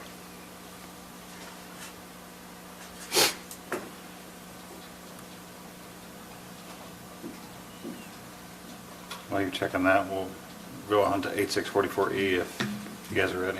Exemptions? the one I talked with Lance, you kind of have to exempt federal and state. I didn't like that, but Yeah, that's standard. And the fossil fuel lighting, why would that be exempt? Then there's no lumen or anything restriction. I think that's for safety. sorry. But why, okay, under 4, Um, why is fossil fuel lighting exempt from all the standards? Produced directly by the Gas combustion of... station? No? Well, What? it says fossil fuel light produced directly by the combustion of natural gas or other utility fossil fuels. Yeah, why are we exempting those from the standards? If Because you can't control the color, temperature, or the lumen. What's that? Was that a flickering light or? So I That would- also, like, you can't control what's happening down there, what they're burning off. Or is it, are these lights that are fueled by propane or, Yeah, is this a light or is it that safety flame that they have? Well, this is talking about any artificial lighting. So. yeah, so I'm thinking it's gas lights. Yeah.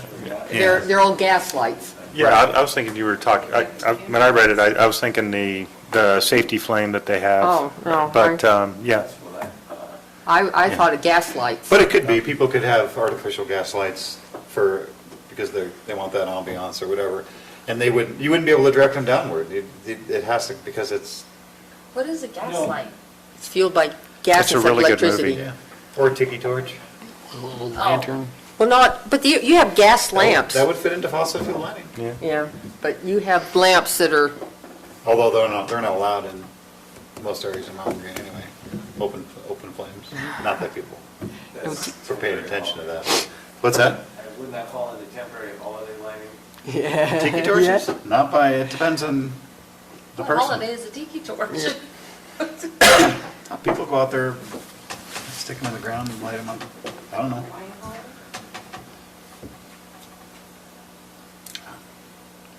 Speaking of holiday lights, So just follow, since you can't control it. Yeah, there's nothing but you do we can want to allow, I guess, doesn't matter.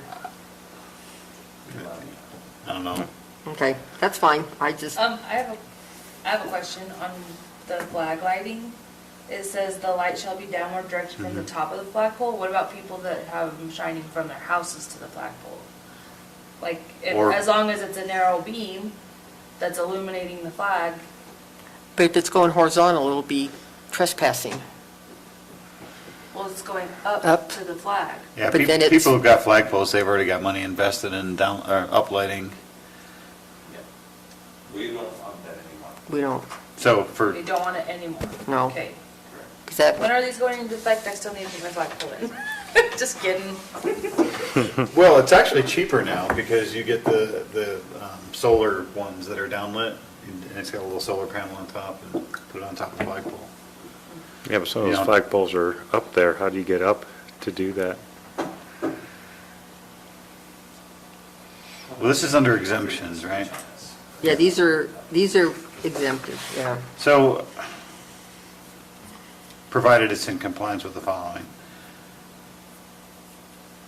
Maybe we just take away A. I mean, we don't have a lot of flags in the county, you know. We have a lot of people, a lot of retirees that like to have a flagpole out in front of their house. But these are for new. They can- So I But this vote isn't that for we new, take though. out A under federal and state flag. Because B says it has to be narrow and it should only be covering the flag. In all wind conditions. I agree, and if we're exempting it, and federal law says it has to be Lit. illuminated flag at Federal night. law? The flag code is a law. Is that, are you sure? Yeah, US code. You have Yeah, to, you have you have to flags light it supposed to unless be you take lit. it down at night. Yeah, at nighttime you have to light it. Well, that's supposed to be- Yeah. Not that anybody except for, well, I'm not going to group them together. Mine's lit. So is ours.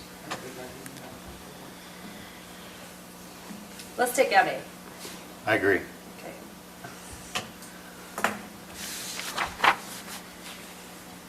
Have to make an exception for America.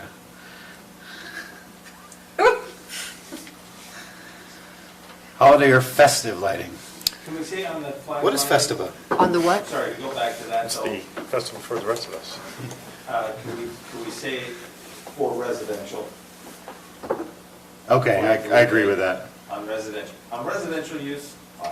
Right, I agree. But we don't On want a, residential use, But I fine would what? not want a we don't want up, spotlight that's going up from a used car lot, hitting a small American flag and polluting the sky. Oh, okay, You'd be yeah. losing the. That's fair. So Yeah. we're only talking about The residential. light shall be Don't- downward directed from the top of the flagpole. In on commercial all areas. Commercial, Non-residential. non-residential uses. Well, how about Except for non-residential. How about agriculture, though? 'Cause you're going to get into, Ag and residential. okay, Well, ag and residential. We're not going to have it in the middle of the field. It'll be Yes. tied to the residential 1 acre zoning, right? Yeah. Do you really want to go down this road? Why It's are we easier just put in putting ag right now. So Is what, that okay? what were we adding for, So we're gonna keep A, But we're going to change the it. the light shall say be downward except directed from for- the top of the flagpole, except for agricultural and residential uses. I have a question. Why is ag being stuck in there? So Why like is the that used car being dealers, secondary? so used car dealers have to comply with the lighting, but residential users But a don't. barn can be from the barn to the barn. Yes. Got it. What would happen is if you get a new subdivision comes in and they'll put the state flag, the American flag, and then Ivory Homes or whatever. And then they'll they'll say uplight- they're just they'll lighting the flag? Yeah, they're just lighting the flag, but they're really highlighting Ivory Homes or whatever. So, okay. For advertising. Awesome, okay. Festiva? Do we need to The define? Festivus? In B, I know people who have permanently installed their lights because they don't want to get up on the ladder in December, in January. That doesn't happen. So, Well, but there's holidays throughout the whole year. That's, And you can be festive throughout the year. yep. so you can light the holidays year-round? Yeah, there's no time. Because there's Christmas, obviously, and then there's winter, so blue lights, and then Valentine's for pink lights, and then, I'm being serious, my mom decorates every holiday. I think as long as we say that it doesn't create a hazard or a glare nuisance, we're fine, and just end it at that. provided it, and then eliminate the subparagraphs. For residential uses provided, they shall not create a hazard or glare nuisance. Because people don't always have them plugged in, you may have them permanently installed, but they're not installed. So we're. I agree. We're removing We should- B, Yeah. Yeah. the and.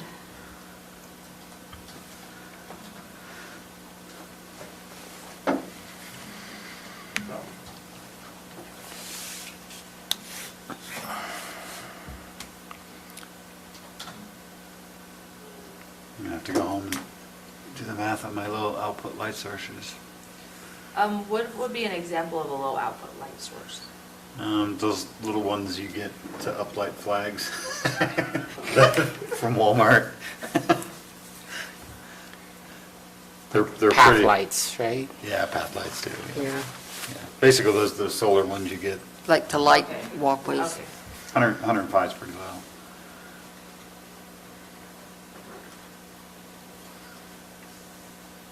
Why? I don't understand why 7's in there. Who has a light on a vehicle?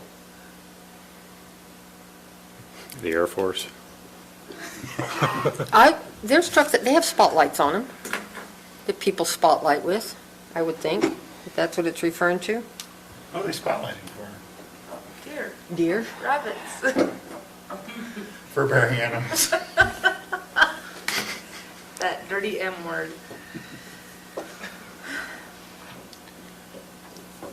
So it's popular to put those LED bars on trucks. And Yeah. Yeah, when those that drive by you. Yeah. Yeah, so what we're saying is anything mobile is to go. exempt, good to go. Yep. Well, We're not talking, this is land use code, so I don't think we're really talking about that. I'm trying to think what that example would But be. if it's affixed to a vehicle, Do we have to But say then it's that? a vehicle light. Then it's not a land use, right? should we strike it? Unless it's used That's where I'm thinking of a But light then it's owl. still- I guess mobile spotlight. Chris, So they I'm put thinking the- light owls are. I'm So thinking- they have a thinking spotlight light on their owl. truck and they have it permanently on a sign. Yeah, I The think parked truck, okay. a light owl, but then the guy basically anchors it in cement, which is what they're trying to stop at the second part, provided the light is not intended for the stationary illumination of an area. Okay. Can we just get rid of that? No, because it- They're saying, how, that's. I've seen light owls here all the time. I mean, when the movie companies come in and want to use people's land for filming, they'll bring in mobile lighting. They're bright lights. Really bright, believe me. 105 lumens? They're more than 105. That's a special event. Oh, is it? It talked about special events. I don't know. I honestly can't think of a single Page example number. for 7, but it's there, so I don't know. We can strike it, or what do you guys want to do? I don't think it's hurting anything. Just leave it in. You know, It's just, I don't think it's adding I anything. don't think it's adding anything. Yeah, it's exempting. I vote to get rid of it. But majority votes. Well, I like what Lance said. I'm actually, I'm with you on this, because what Lance said was that it's if it's mobile, it's not a land use thing anyway, so why are we even talking about it in the land use code? So are we striking? I'm for, To leave it in, give me a second. you vote to leave it in? I would if I was on. I was gonna say, do you? You're right, I mean, Just He's- kidding. It doesn't bother me there. If it's It's, this, yeah, that's that's mobile lighting. Yeah, that's what we were talking about. Well, but We need to regulate that. wouldn't that be in the Well, we're capable exempting event it, though. lighting? It's in the exempt In section. number-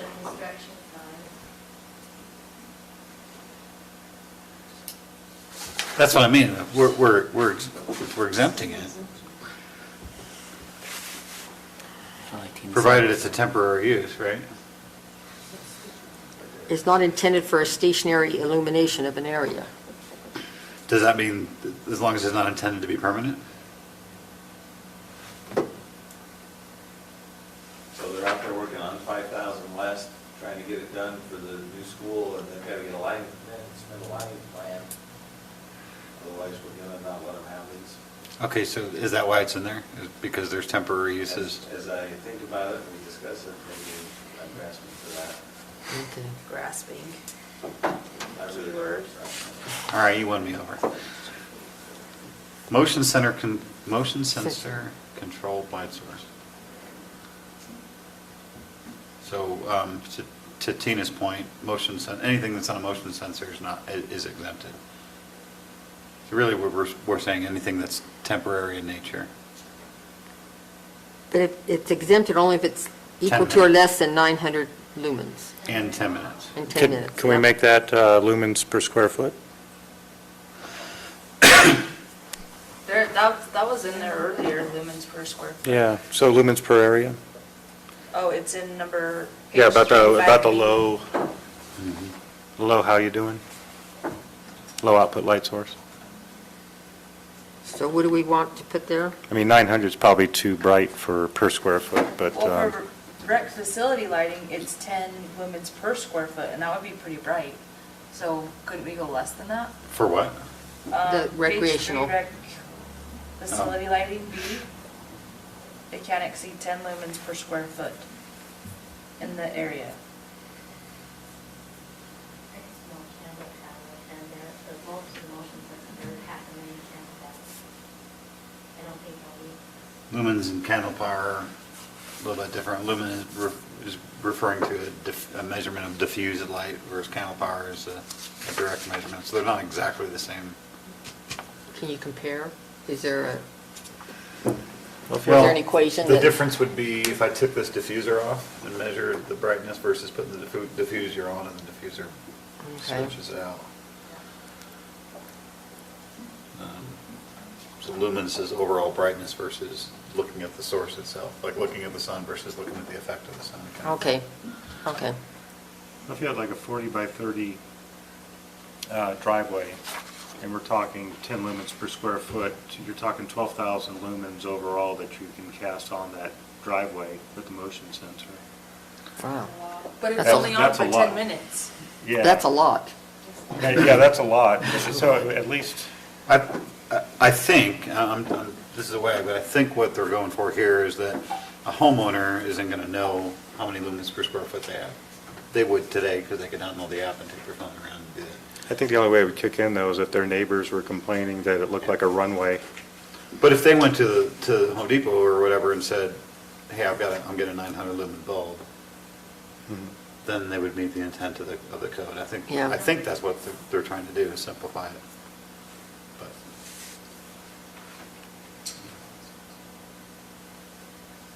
so I would say equal to or less than 900 lumens. They're talking about, hey, Tina, you've got a 1,000 lumen bulb in there. You need to tone it down, and you're at 10.1 minutes. A candle tower is bright for a reason, and that's standard.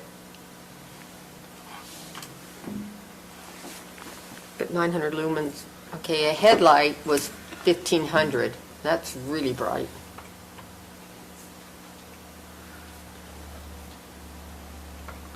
I must have the wrong headlights then. You can't see that, they're dirty. I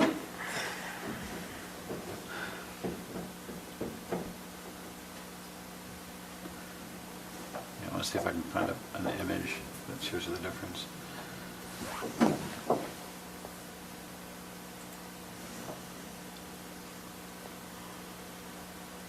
So a 60 watt soft white incandescent light bulb produces about 840 lumens. Oh, 60 isn't very bright. Yeah, so Right. basically you get about 63 watts, to light your entire driveway. So if you have a long driveway, I mean, I think the intent is per area. Mhm. So it says there are 3,000 lumens for motion sensor lights.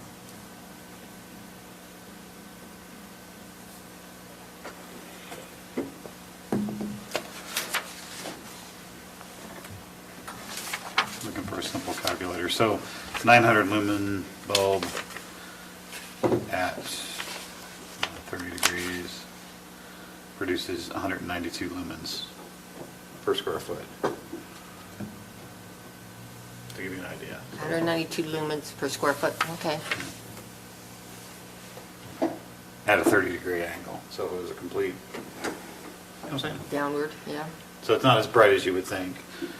I just looked at Home Depot and it says it's an LED or 3,000 lumens, and that's Well, LEDs are real bright, yeah.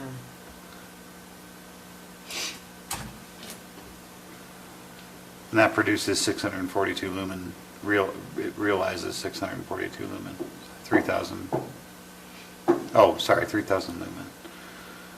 I have to go the other way.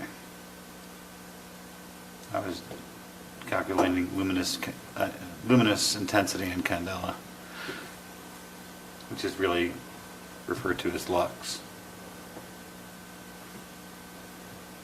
Nobody? Are we doing the flux capacitor? No, it is lux. 1 lux is 1 lumen per square meter. 1 full sphere has a solid angle of 4 pi steroradians. A light source that uniformly radiates in 1 But the candela. purpose is we're trying to preserve the night sky. That's the whole point, right? I'm sorry, what? Hey, she gets to talk about fences. The point of this is to preserve the dark sky, so we don't want... You're setting a low standard. You're not trying to like a. Right. Right. But But to Tina's point, you go buy a bulb, how does the public know? How do I know that I don't want to accidentally be out of compliance just because I go and I buy a standard bulb from Home Depot for my outside, for my security light, whatever. You know? And that's the challenge, I mean, because we are adding a standard, and we're saying, as a community, we want this. We value the dark sky. We want the dark skies, and so it's something that we're gonna try and regulate and control. If they get the bronze bulb, then hopefully they can take it back, but it's also not that, it's not like they're thousands of dollars at a residential level. The bigger one to me on this one is not the 900 limitation, which is, I mean, really technically that's where you draw that. But it is saying that you're gonna keep it on your property in Yeah. 8 feet. So if it's gonna stay on your property, you know, probably your neighbor's not gonna have a problem with 3,000. Right. And then when we get into the next paragraph anyway, safety and security lighting for the sole purpose of mitigating legitimate and verifiable security hazards. It says that this is, the land use authority can exempt that artificial light source. What are they going to do? File a, what's the word? Grievance? Or appeal, No, exception, exceptional variance? yes. Conditional one? Conditional acceptance variance? If they made application to do that? So I mean, what is this saying? This is saying that you can, if Tina has a legitimate need, Yeah, a To be brighter. motion light is exempt under this level. but it says the land use authority may exempt, so, Oh, okay, so you're on the 9? right, yeah, we're Yes. on the 9. Yeah, so if you can show that, hey, well, that doesn't work, and this is why. Then And this you'll- is the reason I need it, yeah. Then you would say, it's fine. Then you're allowed to be granted that exemption. Okay. I have a question. Why isn't motion sensor lights under safety and security? Because isn't that the purpose of them? Not necessarily. Mine's just there to annoy my neighbors. I mean, it's to every individual what they do. Okay. You can have safety lighting that's not motion. I guess. Okay. Occasional event lighting, there you go. Yep.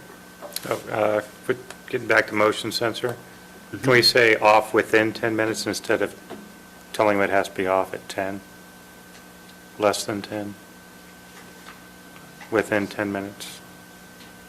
It's off 10 minutes after the last detection of motion.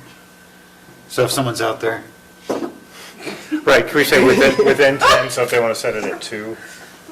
oh, Or if they want to set it at 30 seconds?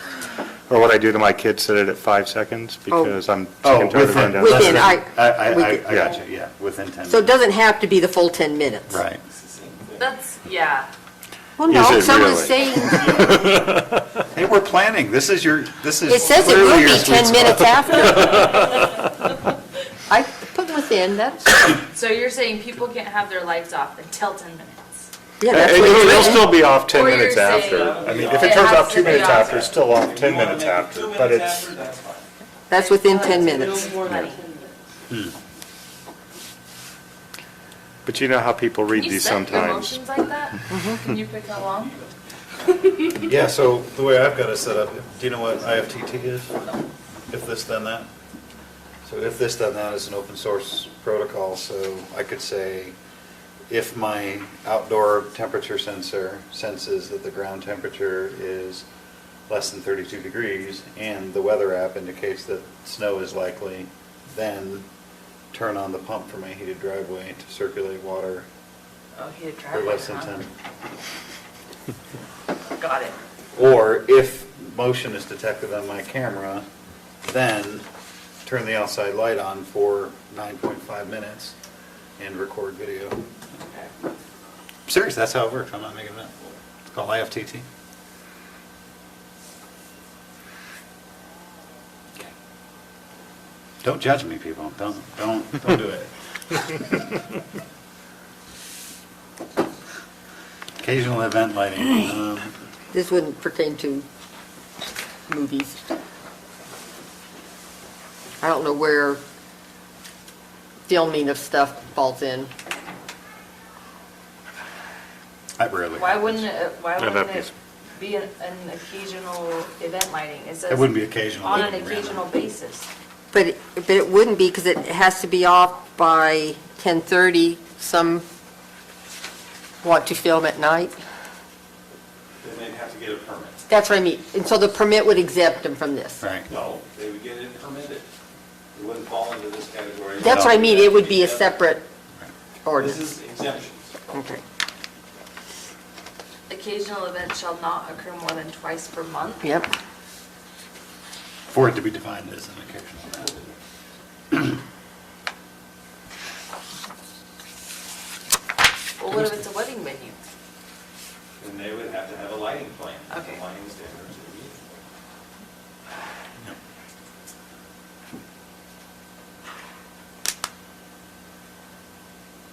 Okay, I'm on 8644F now. So how do people comply? So they gotta submit a lighting plan, right? Yep. Okay. Required replacement of non-conforming, so a member of the public has 3,000 candle power, or lumens, rather? But it says they have within 10 years after the effect of this chapter. That seems like an awful long time to become conforming. Well, LEDs, they last for about, Only if we're doing a remodel with more than 25% of the affected property, would you have to be in compliance. That's how I read it, sorry. that's fine. What if they have a large stock of replacement bulbs for? For a commercial, I guess. But Yeah. that's, Letting them burn through their obsolete stock?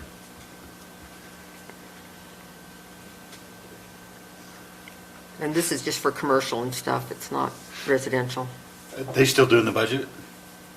Yeah.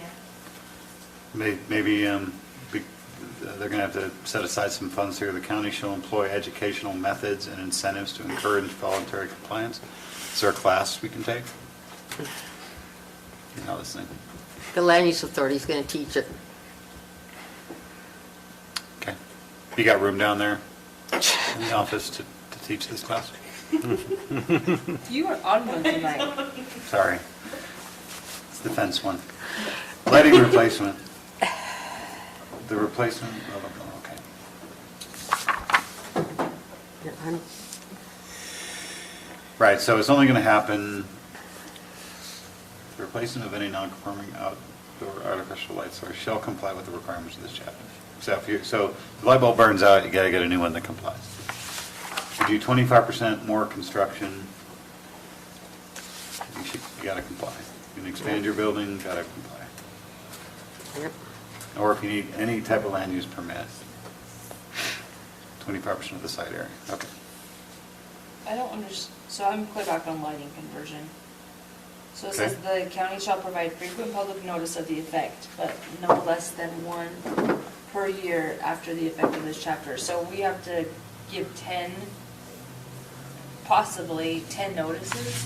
And then are those notices mailed? Are they?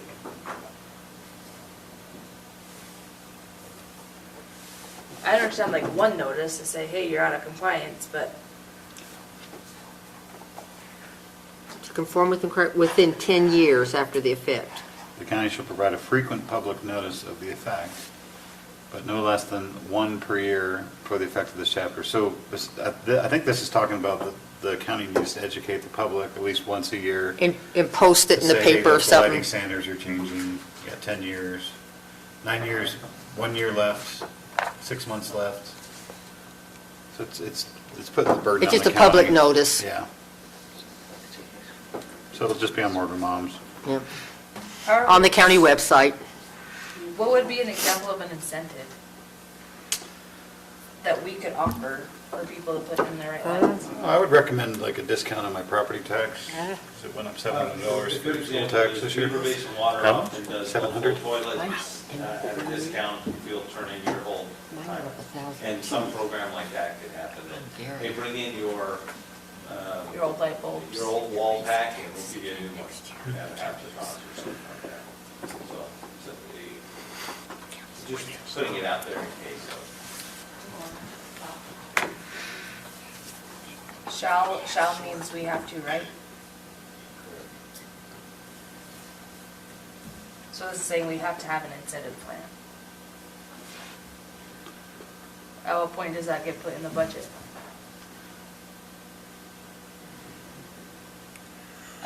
Bottom of page 5, the county shall employ educational methods and incentives to encourage compliance. Well, it doesn't say what those incentives are. That's what we were saying, you guys could just do It's it. one of these. The staff could just do it, with people come in.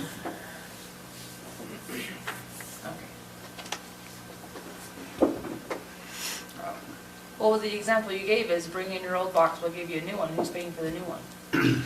Well, it would have to be some sort of grant program, or Oh. it would be in the county budget or something like that. But They it can have doesn't any to do incentive. that. It's Okay. an incentive program. I'll give them a pat on the back. Come get a Tootsie I Roll. mean, it doesn't have to be, we don't know what it would be, Okay. but it's saying, but it is, to your point, it is saying the county shall take an active role in working on this. That's the only way it'll, Work with the local dark sky chapter to do and provide that education. Is that a thing? The local dark sky Dark sky. code or whatever. It's not like a club or nothing. Could we take out and incentives? Educational methods to encourage voluntary compliance? I or, don't know, but method and or, maybe put an or, if you do and or, they don't.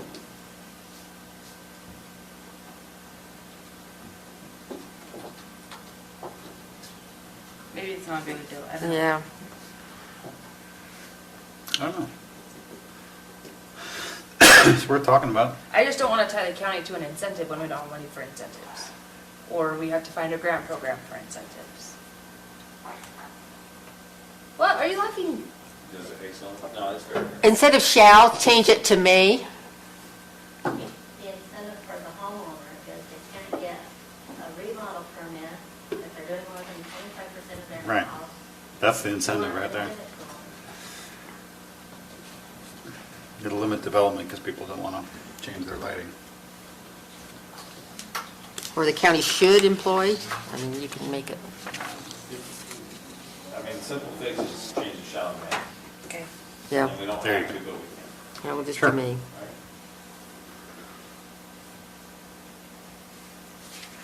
All right. Anybody else in there, or can we go on to violations?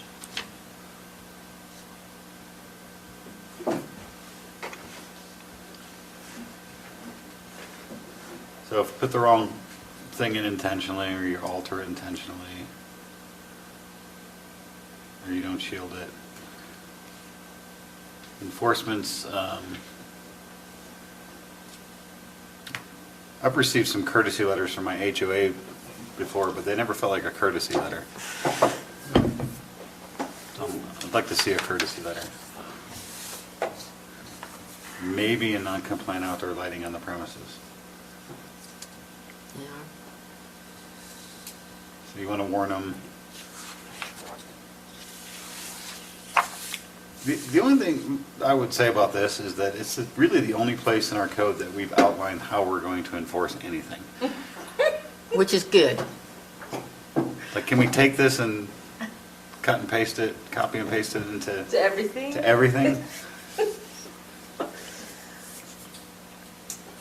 Feels like a bit much, that's all. I think it would require a separate motion. Separate what? Motion. Would be se- Maybe put it on a work list.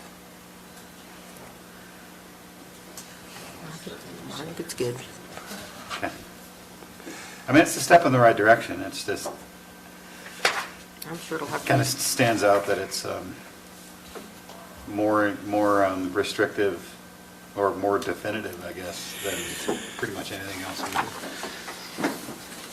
Why would they get a letter if there may be a non-compliant lighting? Why wouldn't it be, it's non-compliant? Well, May says, we're not sure. We'd be We're driving gonna by give and you that this looks like a letter." bright spotlight. Funny you should ask that. So let's say Lance is enforcing Something. light standards based on an app that he's downloaded. And it may, according to his app, it may be, but there's no traceable measurement being made in that case.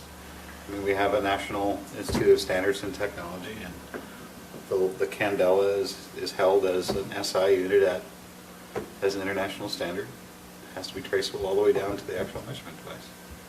So I would argue there's no violation unless you show me a certificate of calibration for your lighting. Thus, May. Just don't try to enforce anything on him. Yes. Oh, no, now we are specifically going to try. Hey, you guys can talk about fences. Why do they get 3 courtesy letters and then a form of notice to comply?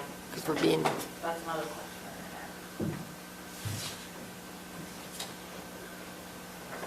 trying to be nice. See ya.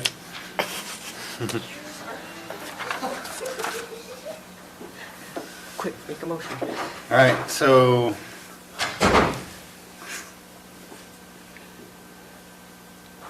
okay. It's a good standard. Honestly, we sat here with the county council however many months ago when we all came up here together, and this was kind of the last piece out of what we were talking, we listened to the people, and they had some good points. One of them was, hey, we're talking about all this development, specifically really in Mountain Green, and we don't have a light sky, or a night sky, dark sky ordinance. Here we go. And it seemed like everybody liked the idea, but when we're writing the code and talking about enforcing it, like, oh, wait a minute, I don't know if we actually will. But that's what it is. Do we want to set this to community standards or not? If you don't want to, yep, you're not going to enforce it, why do we have If it? we don't want to do it, then that's. Yeah, you're let's right. not I agree. adopt this. But if we do, It's just, yeah, my only comment would be that nowhere else in our code do we have any enforcement explicitly, how we're going to do it laid out. that is really more policy oriented. There is stuff in the code, but the policy is to handle it on written sign violations, so that we don't get into neighbors just fighting with each other. Well, maybe down the road, we put it on the work list, and we make a new entry for code enforcement, and then everything that has potential for violation says see code enforcement. And then our code enforcement policy is then now codified in our ordinance. Because right now it's policy. Well, no, it's in the code that we can enforce. Right, but how we enforce it, the only place we have how we're going to enforce it is in the lighting standard.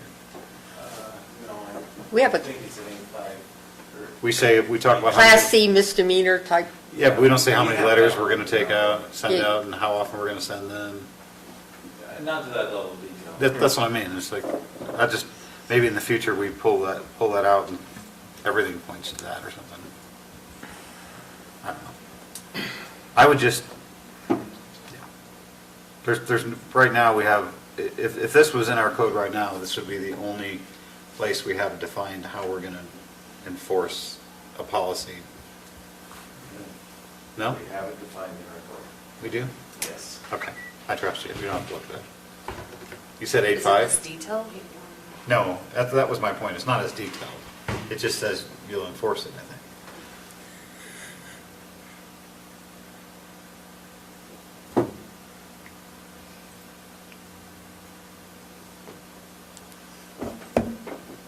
What message have we got from Miracle of Technology? No, I think we're good.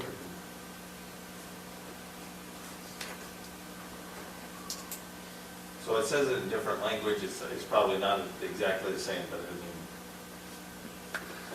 mean, we have the authority to enforce our ordinance, I just want to make that clear. I don't want to say that we don't. No, I know we do, this is a good start. I'm just saying, in the future, it might be cleaner for our code to mirror this, so that we have some kind of consistent way to enforce code. That's all I'm saying. Also, if they have 10 years to comply,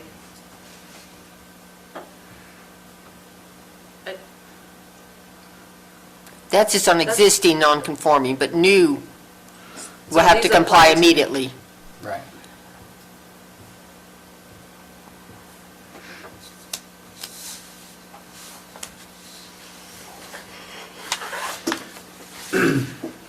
I won't be able to afford my property taxes in 10 years from now, but I'll replace the light bulbs.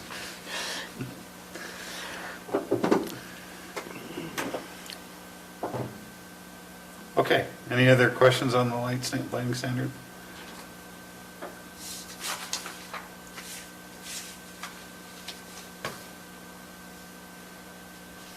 What do you guys want to do then? You have all the noted corrections?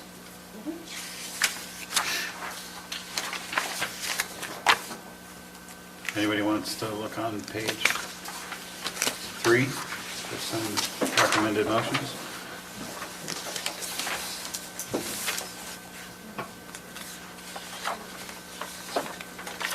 Five of the entire document, page 3 on the bottom.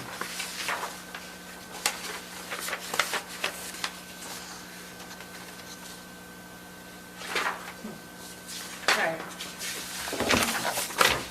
Does, one question, the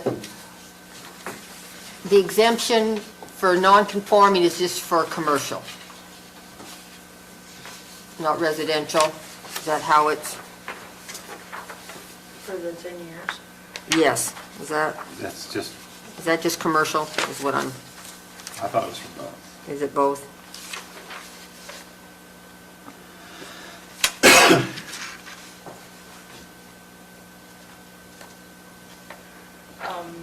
Where? It says for single-family, two-family, and three-family dwellings. It doesn't say anything about, Except for, so residential have to comply immediately? or not at all. No, not at all. Not at all? So they're exempt from any enforcement, okay, So what's in place now doesn't have to be changed, okay, unless they are remodeling. at right. least 25% Or of the their house. light bulb burns out, yeah, they're replacing, okay, Right. that's good, Residential lighting is usually not that bright. right.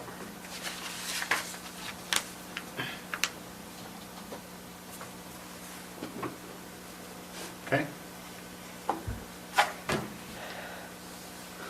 Mr. Chairman, Yes, ma'am.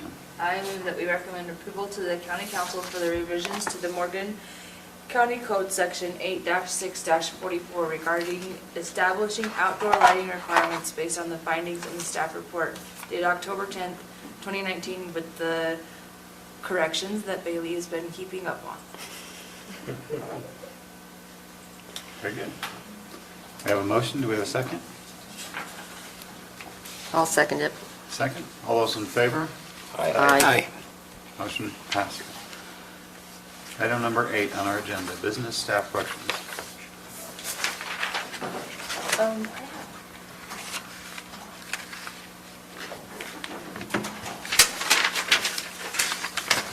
I have a question real fast. So on our fencing motion, does it matter that one is a partition fence and the second one is a perimeter fence? No. Perimeter is the perimeter around The development? the development. Partition is between the adjoining properties. You're talking about between 1 and 2? It's, Yeah. Yes, one goes into, there's 2 different parts of code we read. And the person who's, by Utah code, the person who's responsible for one thing or another, just depending on whether it's a perimeter fence or a partition fence. if he's fencing, but it says if the developer wants to fence his perimeter, he can, Right. So by for- himself. He can just, And then You I can just do think it. Utah code says that for a perimeter fence, if you put up a perimeter fence, it's all you. You bear the burden of they're it. the same thing. I mean, But a partition fence but the developer specifically pays for called out both. the difference between the Yeah. two. But they pay for, Or who was going to pay for what. But we, even in partition fence, we we said say the developer the pays. developer pays for it. It's- So we're just clarifying the difference. Okay. That's all I had.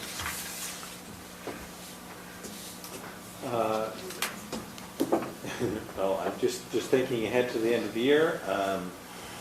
And so no major issues, but, or matters of business. We do have, we'll have a good meeting on the 24th. We have several items that'll be on that agenda.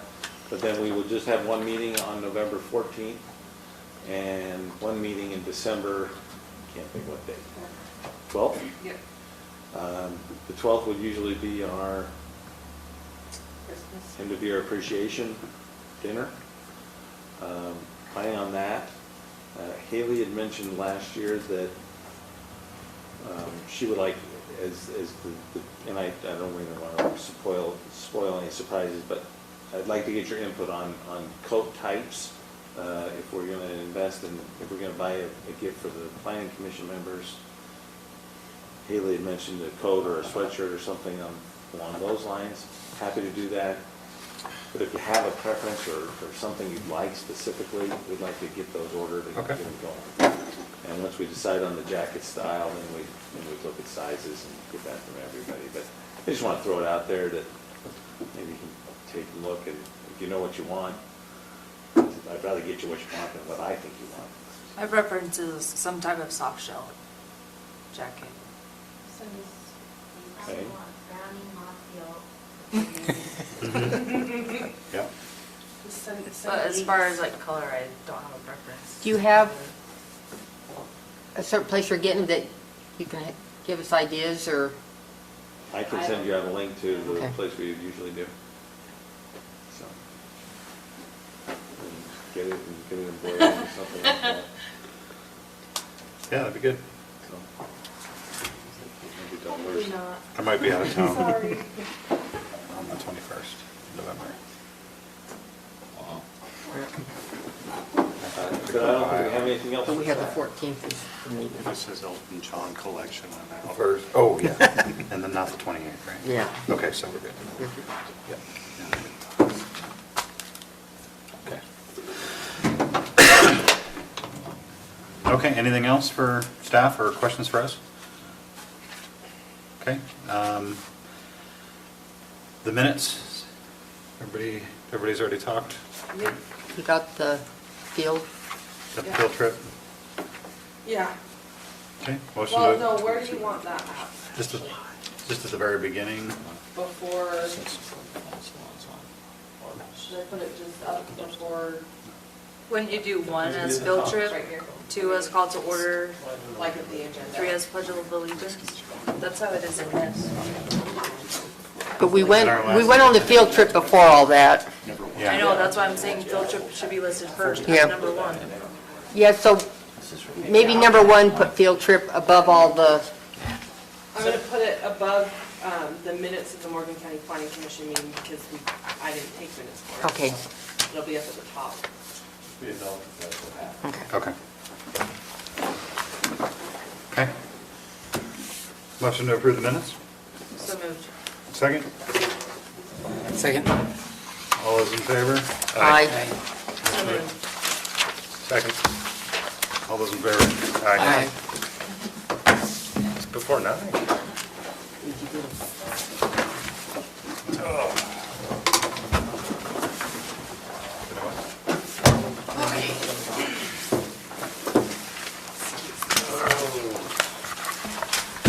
We're off. So those kind of jackets, Are we off, Haley? Yeah. like how lightweight they are, how warm. Yes. Yeah, I shop at the section all the time. He texted me. So $2.95 for Jim. Yeah, from cleaning up from, I yeah. don't know how people. The batteries are quick. Just a fashion statement. Yeah, straight around the Well, I don't know how long we've been here. Speaking of lights, when Fly we up get to lights in the downtown. back parking lot at this place. I know, it's kind of, that's why Tina and I always walk I don't have a out. dark sky everything's here, so they should be able to put whatever you want. Not in this job. Tina and I always walk out together for that reason. Oh, you do? Oh, This is holding. oh, thank you. No, Oh. in fact, our most common flight is every Wednesday we go to Rollins and we take it down. See, Eric? We take the oil, we take the oil We're going guys. down. And when I say the oil guys, there's a couple of execs, but usually the guys are getting on in, King boots and Carhartts, because they're going out and they're turning wrenches and doing things. Thank you. And, I didn't know that. They oh did. yeah. That's what You're absolutely right. But Shane's gonna call me and meet Oh, with there me you go. about a bottle of It's out soda. now. They don't have this. Well, let's go, we'll walk down. I mean, everything They don't want